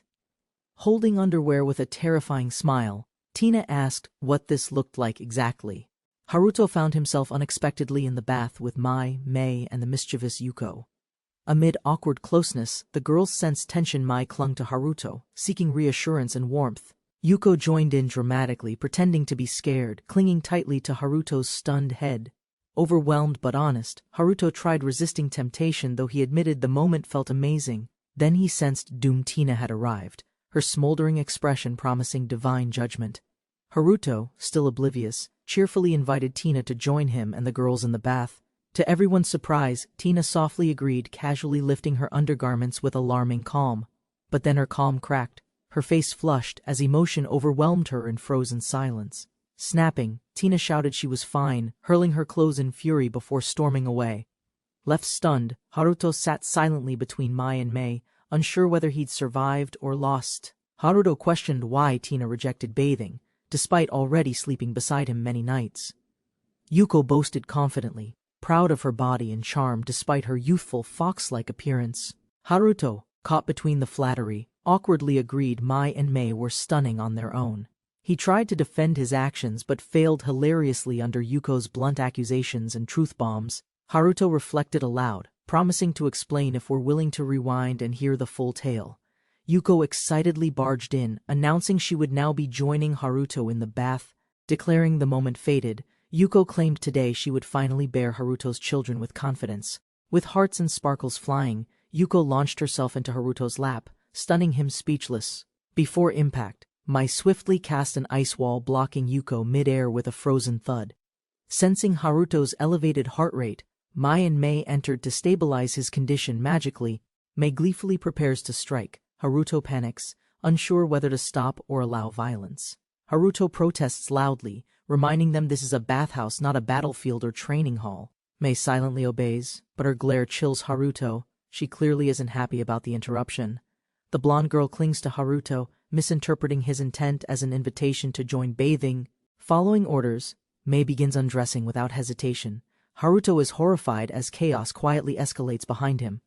Mai joins Haruto in the water, teasing him boldly, mistaking his flustered silence as consent. Haruto realizes the situation spiraled out of control and panics, as Mei stares in confusion. Two younger girls approach curiously, poking Haruto without hesitation, comparing him to their father innocently. Now surrounded, Haruto sits calmly in the bath, suppressing urges with sheer will and discipline. Revealing his secret, Haruto boasts his sage mana control overrides physical reaction, keeping him composed. Mei stares silently, her expression unreadable, processing everything that just happened in the bath. Haruto gently holds Mei's hand. She reflects deeply, surprised such restraint in men exists. Tina listens to the explanation, staring speechless as Haruto remains calmly submerged with the girls. Later, Haruto cheerfully searches for Tina, unaware she's in the kitchen, clearly hurt and confused. Peeking in, Haruto realizes too late Tina's sulking in frustration over his earlier bathhouse situation. Tina reflects sadly, comparing herself to younger girls, Feeling distant from Haruto despite her youthfulness, she regrets not joining him earlier, quietly blaming her pride while Haruto watches her in silence. Haruto steps in boldly and invites her to join him next time, surprising her completely. Tina panics and demands answers, flustered that Haruto overheard everything she just confessed to herself. Smiling gently, Haruto calls her beautiful and mature, leaving Tina overwhelmed, embarrassed, but deeply touched. Haruto nervously confirms his invitation again, asking what Tina thinks about going to the hot springs. Tina blushes, stunned by the thought of being alone together with him in such setting. Haruto reassures her with a smile, confirming it's truly just the two of them. Overwhelmed but happy, Tina accepts warmly, finally expressing her feelings and anticipation for their upcoming day. Reality returns quickly. Tina and Haruto stare awkwardly at the mountain of unpeeled potatoes left behind. Haruto jokes cheerfully about the potato mountain, thinking 5 people could finish it together quickly. Tina freezes, stunned, realizing Haruto casually included the other girls as part of their household. Haruto explains that Mai and Mei are now his spirits and will live with them. Struggling to hide jealousy, Tina forces a shaky smile and quietly accepts the new arrangement. Haruto, with awkward charm, promises their hot springs trip will be private, successfully calming Tina's heart. Tina prepared carefully, remembering her promise to go on a hot springs trip with Haruto. She had spent days thrilled, dreaming about the trip, unable to hide her excitement anymore. Though Haruto seemed close to others, Tina always watched him quietly, hoping for her moment. She approached his room, thrilled to finally have him alone, but noticed something under the door. The letter invited her to a date, confirming Haruto's feelings and making Tina's heart race. Realizing it was their first date, Tina felt her long-held wish finally coming true. She arrived early, heart racing, tightly holding the letter that promised her long-awaited moment. Haruto greeted Tina warmly. She blushed, captivated by his appearance, thinking he looked incredibly handsome.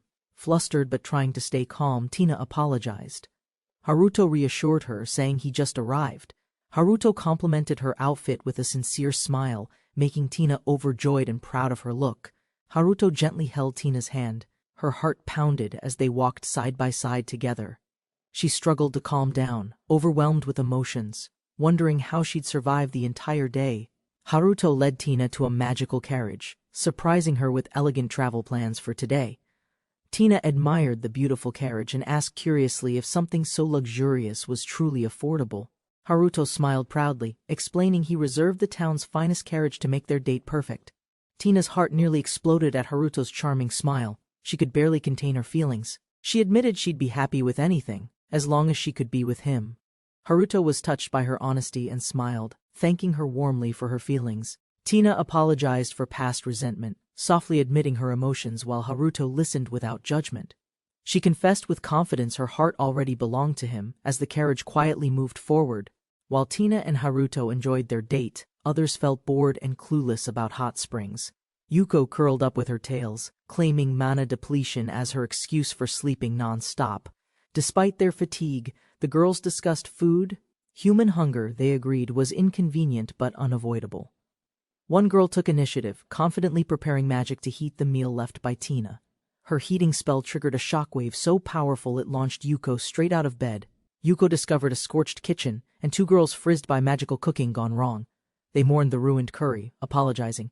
Even Yuko had looked forward to tasting Tina's food. To recover the situation, Yuko boldly offered to cook omelets herself, full of pride. Meanwhile, the twins paused before a forest, deciding to walk carefully due to dangerous creatures. Tina stretched confidently, assuring Haruto she'd protect them from monsters during their journey, no hesitation shown. Haruto stopped Tina, casting a spell himself. He wanted her outfit clean for their date. His magic summoned a flame knight. Tina was amazed by its form and Haruto's skill. Haruto explained he had cleared most threats, but summoned backup in case any monsters remained. Tina revealed her strength, proudly stating her level. She was ready to fight if necessary. Haruto paused quietly, a distant memory surfacing of Tina gravely wounded, cradled in someone's arms. Haruto turned, quietly expressing his wish just this once, he'd be the protector. Tina was stunned, hearing him speak so sincerely. No one had protected her before. Smiling warmly, Tina accepted his offer. Though strange, it felt reassuring to rely on him. She thought back fondly. Haruto had truly grown into a dependable, mature man. At the secluded hot springs, Haruto revealed he'd reserved the entire place just for them. Tina panicked. She always protected Haruto, but this situation was something she couldn't handle calmly.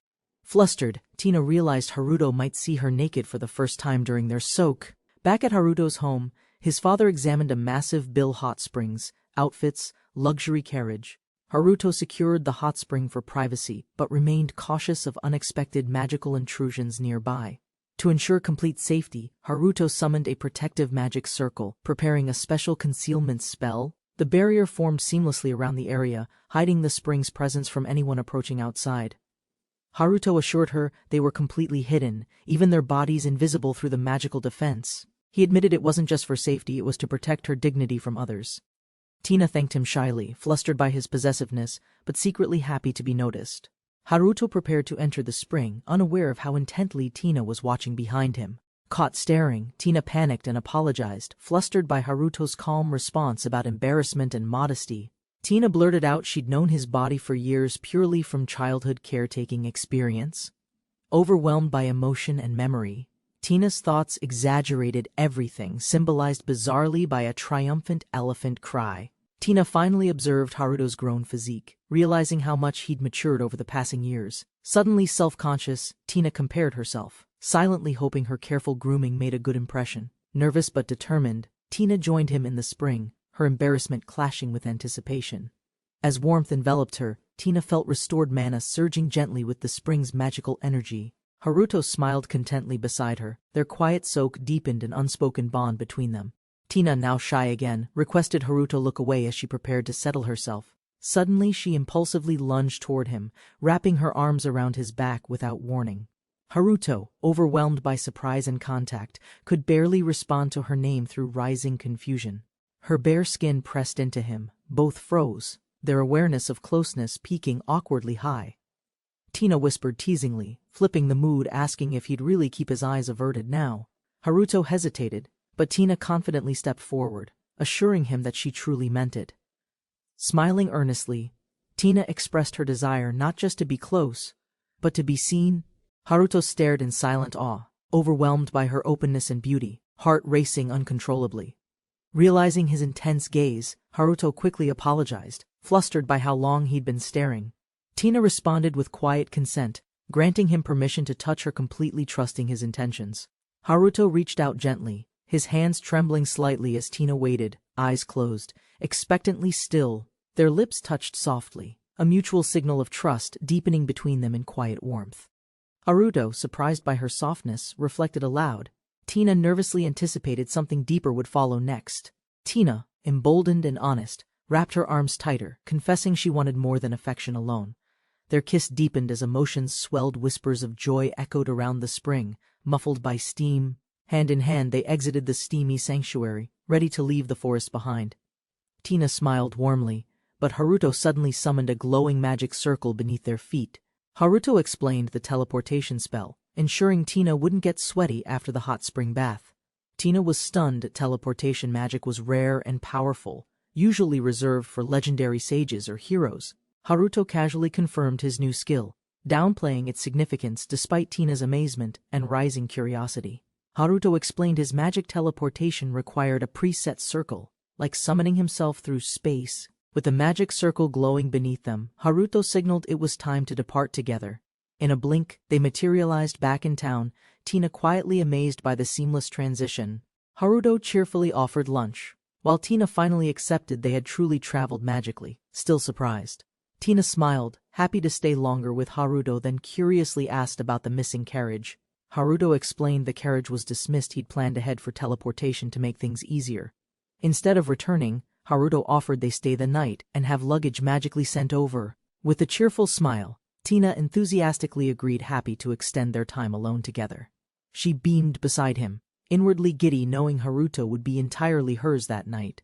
Excited and hopeful, Tina called him forward, ready to enjoy their peaceful evening in town. As they walked hand in hand, Tina reflected, quietly grateful for his love and their shared peace. At Ifrit's Magic Academy, an uneasy atmosphere loomed as a mysterious power quietly began awakening. Students noticed strange tension between Haruto and Tina, whose closeness hinted at something beyond friendship. As night fell, Tina waited outside, concerned over Haruto's extended training under the moonlit sky. Despite her warning, Haruto continued training intensely, determined to master his new, magically regenerated arm. A looming secret emerged: Haruto carried dragon blood, granting him elite combat strength, yet inviting danger. Among dragonkin, one rebelled against their proud ways. Thus, the dragon priestess system was born. Dragon priestesses healed all races, spreading divine faith and bearing children with powerful beings of strength. Blessed children were always dragonoids, inheriting mixed abilities, preserving power across generations, and reinforcing dragonic dominance. Ryuka, the new dragon priestess, received divine instruction: preserve magical blood through her chosen partner. Ryuka enrolled at Ifris Academy to find her destined mate, with twin brother Ryushin guarding her. While eating lunch, Ryushin wondered if full dragon transformation could resist Haruto's overwhelming magic. Ryuka clarified Haruto's Fire Lance spell, prompting Ryushin to nervously reconsider challenging such destructive power. Imagining the attack's strength, Ryuka hesitantly guessed she might survive if extremely lucky. Ryuka calmly explained resurrection might work if Haruto used weaker elements and fragments of soul remained. She warned that with light magic, Ryushin's soul would vanish instantly. He refused in pure panic. Ryushin noticed Ryuka's unwavering defense of Haruto and questioned her intentions toward him as partner. Without hesitation, Ryuka admitted she was truly considering Haruto, shocking Ryushin with her direct conviction. She acknowledged his concern, recalling their mother's warning about fragile, short-lived humans being unworthy mates. But Haruto's immense strength changed her view. Race and origin no longer mattered in her eyes. Even centuries-long lifespans didn't sway her. Ryuka believed love and strength outweighed time itself. The dragon god questioned Ryuka's resolve. Was duty enough if Haruto died far before her? Ryuka admitted she wasn't heartless. She would seek ways to extend Haruto's human lifespan. With faith in Haruto's strength, Ryuka believed someday such a miracle might become reality. Despite her hopes, she saw Tina as a major rival and unbeatable romantic threat. Ryuka punished Ryushin's careless remark about Tina's figure. Meals revoked, pride wounded, lesson instantly learned. Ryushin complimented Ryuka's looks, but his phrasing backfired. She responded with cold disgust and judgment. Ryuka wondered aloud if being attractive gave her a real chance despite Tina's presence. She rationalized boldly Haruto's humanity allowed multiple wives, making her own claim still possible. Ryushin, stunned and confused, questioned the logic. Multiple wives? Was that even allowed among humans? Ryuka reaffirmed confidently, joining Haruto and Tina as wives wasn't odd. It simply matched human norms. Ryuka's boldness surprised Ryushin, but she believed assertiveness served her role as dragon priestess. When asked if her heart fluttered, Ryuka admitted she couldn't stop watching Haruto. His magic made her restless, perhaps instinct, perhaps affection, but her feelings kept intensifying with time. Even his simple smile disarmed. Ryuka found Haruto's presence both powerful and unexpectedly charming. Despite dragonoid traditions, Ryuka confirmed it clearly. She was choosing Haruto, no matter how unconventional. Ryuka admitted her personal feelings matched her duty. She genuinely liked Haruto and chose him. Ryushin accepted her decision, resolving to quietly protect her during their years at the academy. Observing from afar, Ryushin wondered how his reserved sister would grow closer to Haruto. Instead of resting, Ryushin dominated in mock battles, helping Tina-sensei's class achieve flawless victory. Other students noticed Ryushin's spotlight, voicing frustration and concern about his reckless overachieving habits on the battlefield. Fueled by dragonoid pride, Ryushin swore to uphold his strength as a black dragon. Ryuka watched knowingly. Despite his pride, her brother would surely overtrain himself again that night. First years dominated the classroom battles. Upperclassmen were held back by Ryushin's overwhelming presence and skill. A mysterious figure observed the trend, intrigued by Ryushin's dominance and the unshifting battlefield status.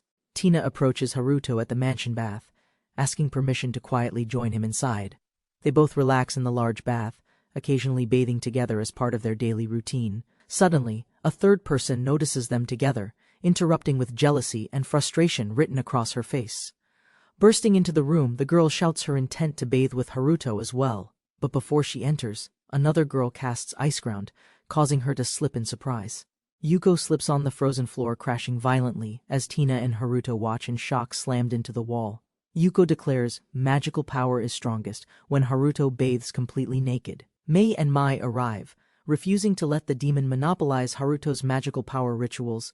Haruto proposes they take turns peacefully, but Yuko refuses to concede her exclusive bath time rights. Yuko complains that since Mei and Mai moved in, she's lost nighttime proximity to Haruto. Tina challenges Yuko's claim to fairness, escalating tension with power that threatens structural damage. Haruto interrupts the brewing conflict, seizing the moment to propose a fair and peaceful solution. He boldly confesses his love for Tina, requesting her sleeping arrangement not be rotated. The other girls are stunned, silently absorbing Haruto's declaration with mixed surprise and resignation. Unexpectedly, everyone agrees without protest, leaving Haruto and Tina baffled by how easily tensions dissolved. Tina blushes intensely, her emotions overwhelming her after Haruto's honest and sudden love confession. The twins admit they share Haruto's heartbeat through their contract, making Tina even more precious. Overflowing with gratitude and joy, Tina tearfully thanks Haruto, truly touched by his words. Haruto smiles softly and affirms his feelings, gently responding with a heartfelt and quiet yes. The girls suddenly pounce, deciding it's time to extract magical power now that Haruto's naked. Haruto enjoys a peaceful day, reflecting how smoothly his new life in another world flows. While shopping near the academy, Tina happily asks Haruto what they'll eat for dinner tonight. They discuss school life. Everyone passed the test except the frustrated and embarrassed Ryushin, of course. Haruto secretly wishes to impress Tina, while Ryushin dominates class matches in Haruto's absence. Just as Haruto thinks it's his chance, an unexpected encounter interrupts him and Tina. Tina stumbles but is quickly caught by Haruto. Blushing while thanking him for the rescue, she apologizes, saying she was simply distracted while the elf stares at her in deep admiration. The elf suddenly praises Tina's beauty, surprising both her and Haruto with his sparkling admiration. Without hesitation, the elf confesses love to Tina, leaving both Haruto and Tina absolutely speechless. The elf introduces himself as Rain, student council president. Alongside Connie, the secretary, now watching Rain, confesses again and proposes Tina teach his class, shocking Haruto with persistent boldness. Haruto introduces himself firmly, reminding Rain that Tina remains their teacher for the next 7 years. Rain calmly reveals a hidden rule: teachers can be transferred using a rarely known system. Connie explains the trade system is real but only usable by the previous year's top class. Haruto realizes Ryan's class earned top marks last year, giving them full rights to make demands. Ryan officially invokes the teacher trade system, directly requesting Tina to transfer and lead his class. He argues his superiority, claiming magical mastery and dissatisfaction, dismissing the need to consult his teacher. Rain expresses admiration, desiring the legendary hero Tina Harabel as his teacher for final school years. Haruto clenches his teeth, now fully aware Rain's intentions may not be as noble. Tina reflects silently. Was the confession love, or simply a ploy to use her fame? Haruto learns the trade can be vetoed if the challenged teacher wins a formal battle. Rain issues a smug warning. His undefeated class has never lost a single match before. Haruto clenches his fist, recalling Tina's warmth, determined to protect her no matter the odds. With fiery resolve, Haruto declares a challenge: he'll fight the senior class to keep Tina. Tina watches, deeply moved by Haruto's stand, her expression softening with heartfelt emotion and admiration. Luna stares at the familiar bunny dolls, recognizing them from the orphanage donation boxes. Spotting her friends, Luna leaves the cart and calls out to Haruto and Rook. Haruto and Rook arrive, surprised the bill is paid. Luna had quietly covered it already. Smiling playfully, Luna declares it's her turn to lead and starts her personal errands. While sipping tea, Luna casually reminds them it's the weekend and she's in charge today. A 2v2 battle is arranged. Haruto fumes over rivals treating Tina-sensei like property. Despite a time limit, Luna's buffs double stats. Haruto pities whoever fights her next. Luna admits she can't fight directly, but her support magic secures their team's victories. While shopping, the boys reflect. Despite their noble lineage, Luna has them carrying her errands. Rook smiles, realizing true friendship. Haruto agrees Luna's strength lies in her sincerity, not social status.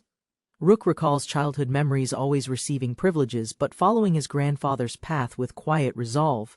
Under Grandpa's watchful gaze, young Rook casts Thunderlance flawlessly. Praise follows for his precision. Grandfather quizzes Rook on lightning magic's composition. Rook confidently answers, "Wind and earth types combine." They discuss advanced theory, how ice, wind, and water combine.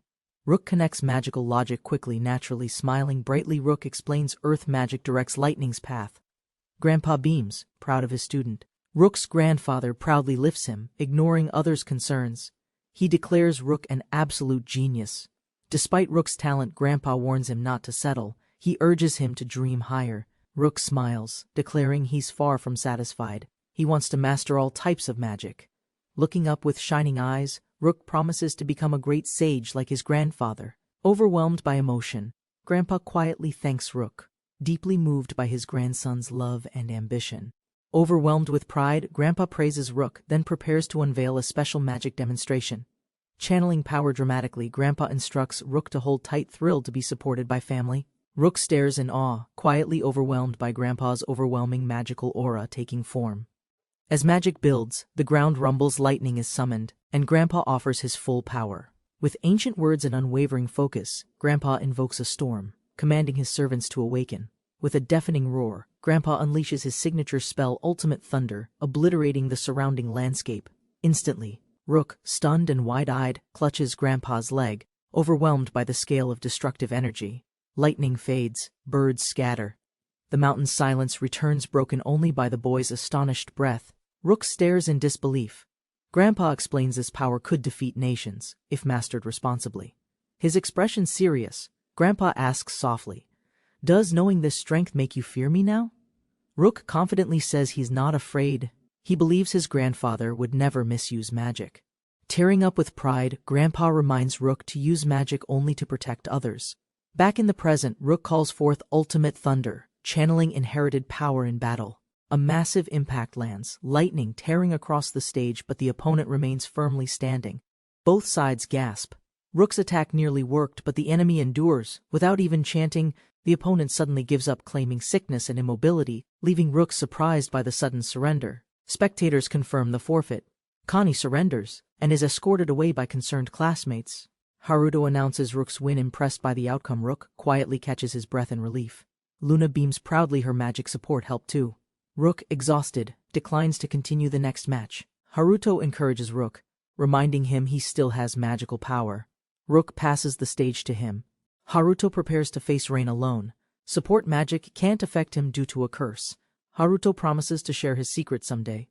Luna and Rook agree to patiently wait. He wonders aloud, if he defeats the student council president, would that make him strongest? Tina lights up with admiration. Haruto grins, her reaction motivates him even more than victory. Fists clenched, Haruto charges ahead. He'll defeat Rain not for pride, but for Tina's sake. Leafa and Melody rush forward in panic, realizing the match has already begun without them. While distracted, Melody runs straight into someone, startling both sides just before impact violently occurs. Melody clutches her face in pain, nervously apologizing to the unfamiliar students she accidentally struck. Recognizing the boy, Melody angrily confronts him, confused and frustrated by his unexpected presence here. The misunderstanding clears up. He's simply on the wrong side, meant for Rain's supporters. Melody notices the crowd is entirely female, each holding a strange stuffed bunny with pride. Rain's fan tradition started with sweets, but evolved into gifting bunnies donated partly to orphanages. Rain once pulled an entire wagon of bunnies, turning it into a school-wide Valentine's spectacle. Excitement builds in the stadium as Haruto enters. Melody and Leafa sense something intense coming. Haruto prepares his move. Others brace, realizing his attacks require serious space and early warning. Melody and Leafa dash toward the arena, hurrying while thanking others and dodging obstacles ahead. While recalling Haruto's strength, they deduce Rain is now preparing behind the school building. Rain steps confidently onto the battleground while the crowd erupts, tension rising before the final showdown. Behind Rain, the crowd grows. School walls echo with anticipation as the match's climax nears. As friends arrive, Rook declares victory over Connie, determined to win the final match decisively. Supporters cheer fiercely from the stands, shouting encouragement as Rook prepares to face overwhelming odds. Rain calmly invites the match to begin. Rook stands ready, the arena growing silent around them. Despite Rain's strength, Rook focuses on his mission. Thinking of Tina and summoning powerful dark magic, Rook recalls saving Tina's life using a magic stone, costing him 30% of his power. As Rain steps forward, Rook interrupts with determination, stopping him to speak before the match begins. Recalling the forest, Haruto launches Water Lance magic amplified from power he once shared with Tina. The crowd watches tensely. Melody shouts. Rain suspects something unusual. This isn't ordinary magic, but summoning. With a commanding cry, Haruto summons Undine, a water spirit, forming his greatest magical counterattack. Spectators gasp as cold wind rises. Snowflakes swirl, while magical pressure descends from Undine's manifestation. An immense barrier forms across the entire arena, enclosing the battlefield in mystical energy and awe. Undyne's chilling aura spreads. Viewers shiver as memories stir and emotional weight hangs over the battlefield. Rain realizes the magical barrier's purpose. Haruto declares readiness to unleash his full strength immediately. Flashing back to Edgar, Rain recalls requesting an additional barrier he wants to fight at maximum.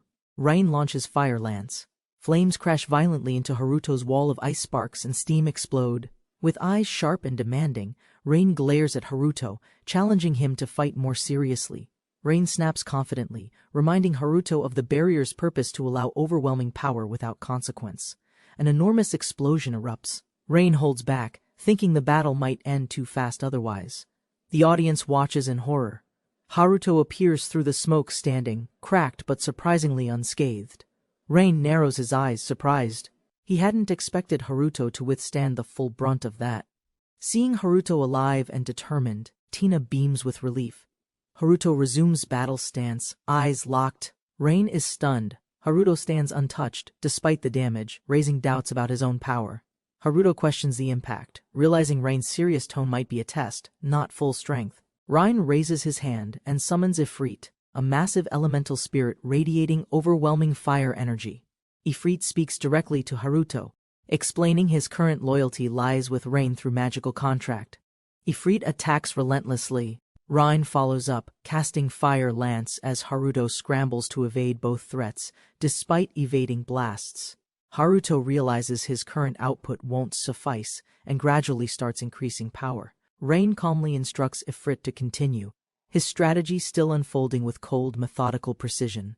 Melody fumes from the sidelines, frustrated by Rain's restraint and cautious behavior against Haruto's strength.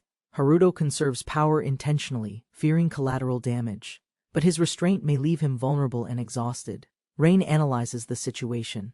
Haruto endures everything thrown at him, yet remains sharp, unshaken, and tireless. Rain narrows his eyes, sensing a hidden force behind Haruto's resilience. Something isn't adding up. A sudden explosion shattered the stone floor as Haruto's hand reached forward, unleashing destructive force.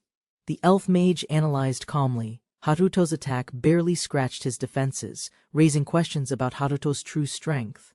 Haruto dashed through falling rubble. His opponent mocked him, confused if Haruto's attacks were serious or not. From smoke cover, Haruto flanked behind. The elf smirked, challenging him to finally fight at full strength. Hovering fireball in hand, Haruto froze. The elf threatened Tina's safety, forcing Haruto to react. Haruto's eyes widened. Take.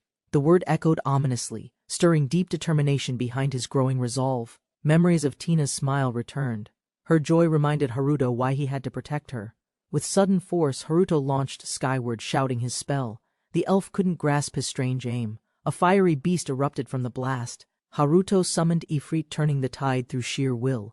Haruto declared dominance. The elf froze, sensing Ifrit's power. Tina's fate would not change hands. Ifrit's flame coiled above, drawing attention. The crowd watched Haruto's strange strategy unfold silently. The elf hesitated. Spirit rules were strict. Ifrit could serve only one master at once. Haruto stood firm. Ifrit responded, choosing the one with superior magical force beyond all expectations. Students whispered in awe. Haruto's summoning magic had exceeded the elite, shocking even Rain supporters. Haruto's power surged uncontrollably. His ally watched, stunned. His magic flowed endlessly, like a bottomless well. The elf's confidence wavered. Haruto's power kept rising. His magic was now too overwhelming to gauge. Haruto remembered his first vow. He chose fire spirit magic to grow stronger and protect others. Channeling his passion and memories, Haruto unleashed Fire Lance, Tina's first lesson, empowered by purpose, not just technique. Observers gasped as Haruto's spell roared. Students watched wide-eyed, realizing this wasn't just a demonstration. The explosion hit. Tina screamed out instinctively, terrified. Haruto was now battling beyond what they imagined. A thick smoke cloud blinded the crowd. Teachers prepared healing, unsure who survived the blast. Cracks radiated from the impact zone. A summoning circle burned into stone beneath Haruto's feet. Haruto staggered. Blood rushed to his head. The cost of his magic was catching up. Rain gracefully conceded. Haruto stepped out of bounds but achieved what mattered, protecting what truly counted. Headmaster Ruano confirmed Haruto's victory. Students cheered. Haruto had just redefined what magic strength really meant. Rain confessed his methods, leveraging secrets to win. But Haruto's power made that strategy obsolete now. Haruto's reputation spread. Rivals acknowledged him impossible to beat through tricks or research. His strength was undeniable. Headmaster Ruano, quietly proud, reaffirmed his support. He vowed to protect students and Haruto's growing potential. Later, Tina arrived at the academy. She came to answer the offer made earlier. With a calm smile, Tina agreed under certain terms. She'd accept the teaching position offered. Tina's first condition: group Haruto's allies together in one class, including Ifrit's human form. Second condition: Tina herself would become Haruto's homeroom teacher. Ruano groaned, already rejecting his grandson's plea. Tina explained, current teachers couldn't handle this exceptional class. The freshmen needed far more support. Ruano admitted she was right. Tina had clearly seen through his situation and subtle intentions. Privately, Ruano reflected, his era was ending soon. Otherworldly heroes would face the Demon Lord. Ruano outlined his true goal: raising young elites to survive or aid heroes against evil. Despite family ties, Ruano praised Rook's rare talent, worthy to inherit the great sage's legacy someday. To honor promises, Ruano aligned various races' youths to attend school alongside Rook this year. By fate or fortune, even spirits delayed enrollment. Ruano coordinated with kingdoms and spirit kings. Gifted students, beastmen, demons, supporters all gathered. Luna's bond with Rook and Haruto strengthened their group's unity. Originally, Ruano planned to split them up until graduation, believing competition would forge their growth better. But Tina's arrival changed everything. Ruano entrusted her with the future, his final act of faith. Tina accepted the burden with calm grace. Her confidence reassured everyone, including Ruano himself. Connie, Ryan's secretary, uncovered everything easily. Her investigation confirmed the headmaster's next-generation hero training program. Even Rain accepted defeat, wishing to attend Tina's class himself. Connie exposed secrets unexpectedly and casually. Rain looked around at the gathered students. Confident in their future, he could graduate peacefully. Haruto wondered, sensing something. As he turned, he softly called her name, Tina. Tina rushed toward him joyfully. Haruto embraced her warmly, touched by her sincere congratulations. With pride, Haruto whispered he had won. He had become the strongest at the academy. Tina smiled, having watched everything. Their bond deepened, celebration, strength, and affection now shared in full. Haruto gently requested a reward, something personal, heartfelt, for all he had endured to protect everyone.